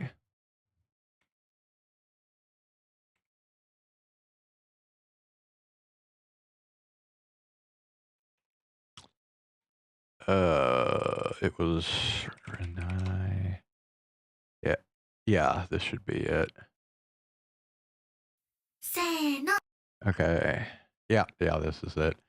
Okay, look at this, dude. All right. So this is a cover of Renai Circulation. I don't know if you're familiar with that song at all, but the cover is by someone named Namirin on YouTube. And this is Iris's past life account. So Iris, before she joined Hololive, she was Namirin, okay? And this is one of her videos that she did.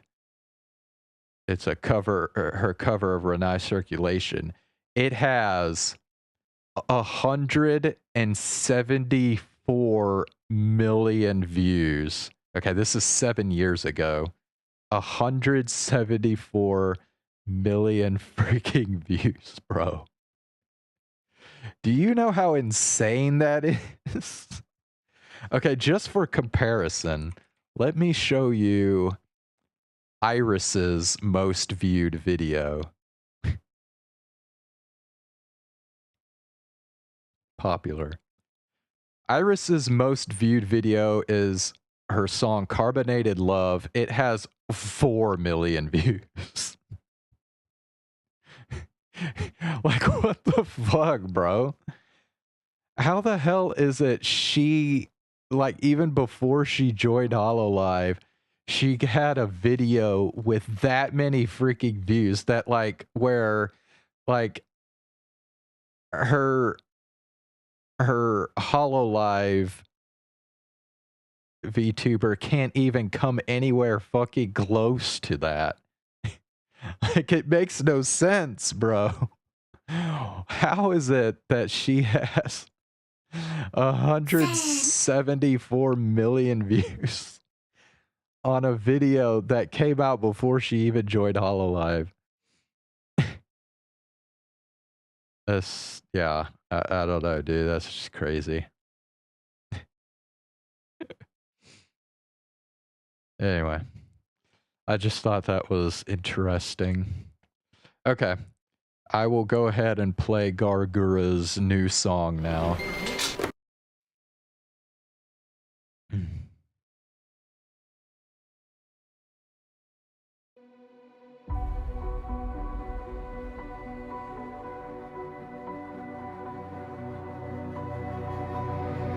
Face to face this time again. We walk once more to the end. Burn it down, burn it down. Waves can't put out my flame. Death will never write my name. Burn it down, burn it down. They say the memory of me is fading. I've heard it all before. Don't tell me everyone around is waiting. And they all say, tear it down, burn it down. And they won't bend. Better tear it down, burn it down. When the world falls through and all is ash again, while you all pretend, if this is the end, I'll do it again. Voices rise in my head. The hands that pull at my thread, let them drown, burn it down. Wait for washing the tide. In the abysses where I will hide, let them drown, burn it down. They say the memory of me is fading. I've heard it all before. Don't tell me everyone around is waiting. And they all say, tear it down, burn it down. And they'll all beg, better tear it down, burn it down. When the world falls through and all is ash again, while you all pretend, if this is the end, I'll do it again. Alright, pay attention to the myth references here. Against the currency. There was actually some earlier in the song too, but I forgot to point it out. As smoke returns to rain, navigating sunken depths and all of its debris, and no more hands upon my words, they only speak for me. For all the ones who try to silence thunder, I'm the wave that pulls you down and under. Every day I'll stand Okay, with me. there's Amelia, there's Maury, there's Kiara. There's Ina.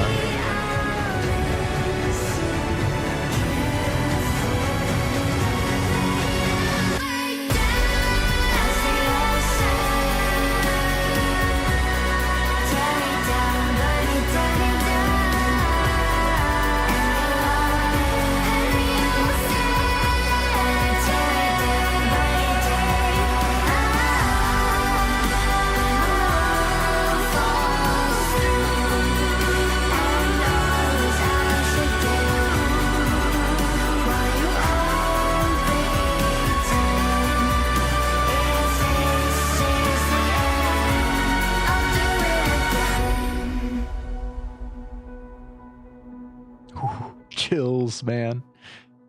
Chills.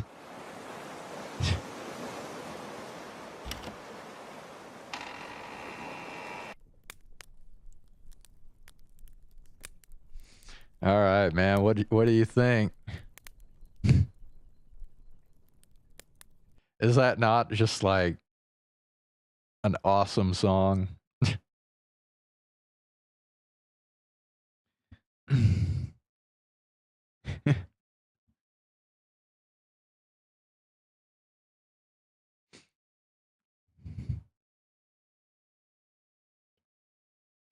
The only way I would criticize that is I would say the song is so like powerful and emotional that it kind of demands a like a really powerful voice, a really powerful singer to go with it. And Gargura is not really a powerful singer. Like she's definitely got more of a voice that's suited for like kind of just like relaxing stuff. So I kind of feel like her voice actually doesn't go real well with the song. But I mean, I understand why she did the song. I mean, the songs. It's funny because like after the song dropped, there was so much debate about like what the song means, like because there's a lot of references to kind of her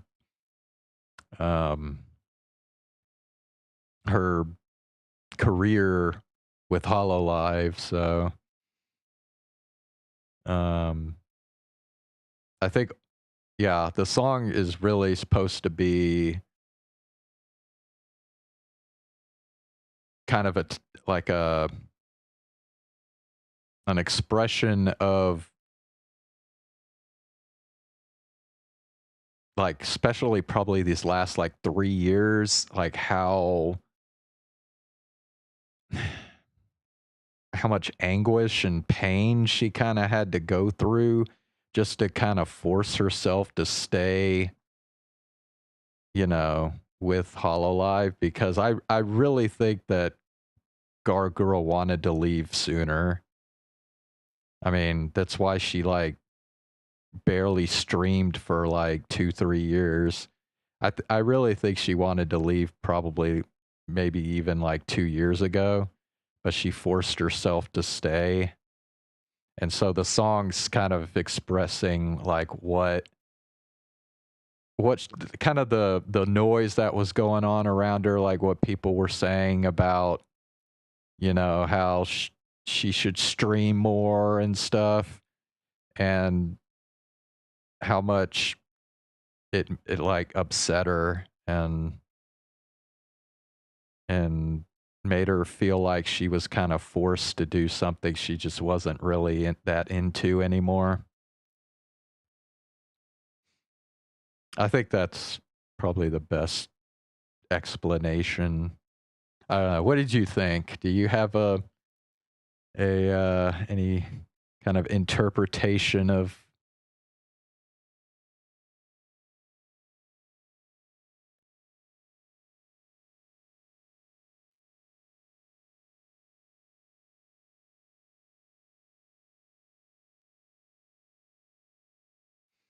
I mean, I feel like I don't know, man. It's hard to say with somebody that had as much of an impact on VTubing as Gargura did, but I really feel like this song might be the moment, the if I had to pick one moment from Gargura's like 5 year uh gig with Hololive, this song might actually be it. Just because of how emotional it is and the fact that she dropped it like so close to her graduation. I mean, I feel like this really kind of just encapsulates so much of what her being with Hololive is like and the struggle, you know. And it really like it's not just Gargura. Like there's probably a lot of streamers and VTubers who kind of feel the same way after they've, you know, been at it for years and years. You know, they just kind of the passion for the craft kind of fades away, you know? And it becomes harder and harder to stick with it.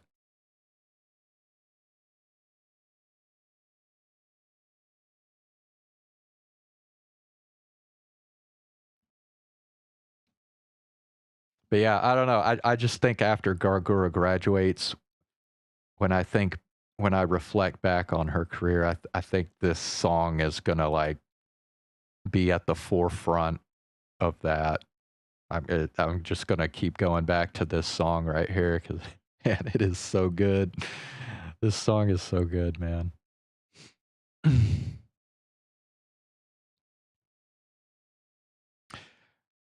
Okay, well, I think that's all I got for tonight. Unless you got anything else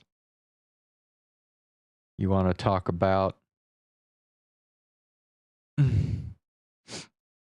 Rough being a VTuber. You know, I think it, especially when you're a corpo VTuber, especially if you work for a corpo, I think it's harder than a lot of people realize. Like I don't I don't I, I don't think a lot of people really get just how busy these people are. Like how much they're pushed to, you know, participate in different events and, you know,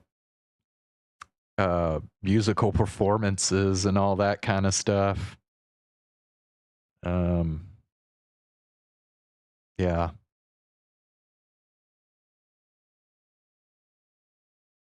That's why I feel like I mean, have you noticed now like Niji Sanji and Hololive have both had a lot more graduations than V Shoujo.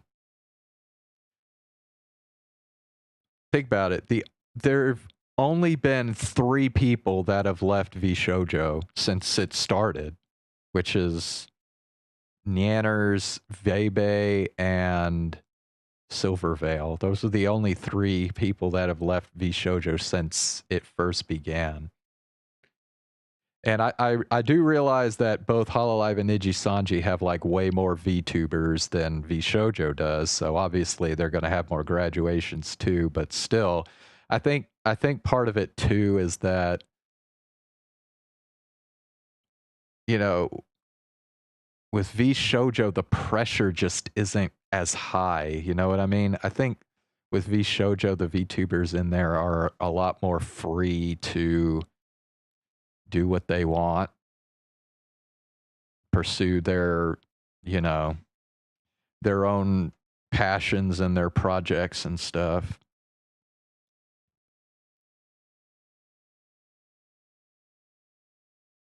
So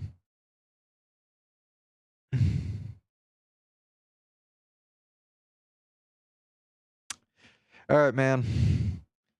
I think I'm gonna go ahead and call it a night. So yeah, I am not gonna be streaming tomorrow. I'm not gonna be streaming this weekend. I am gonna be out of town on vacation. And I should be back next Tuesday. Because I'm driving back here Monday, but I think it's going to take like pretty much the whole day driving back. So I don't think I'm going to really have time to stream Monday night, but I will be back Tuesday. And I don't know. Hopefully we don't have any more crazy VTuber stuff happen between now and then. Where I'm like coming back and I'm like, oh my God, all this stuff happened. We got to catch up. You know? Because it sure seems like there's been a whole lot of stuff happening with VTubers lately. But yeah, hopefully things will be relatively quiet while I'm gone. So, all right, man. Well, I will be back in a few days. Enjoy the weekend. And I will see you again Tuesday, man. Have a good night. Have a good weekend and everything else.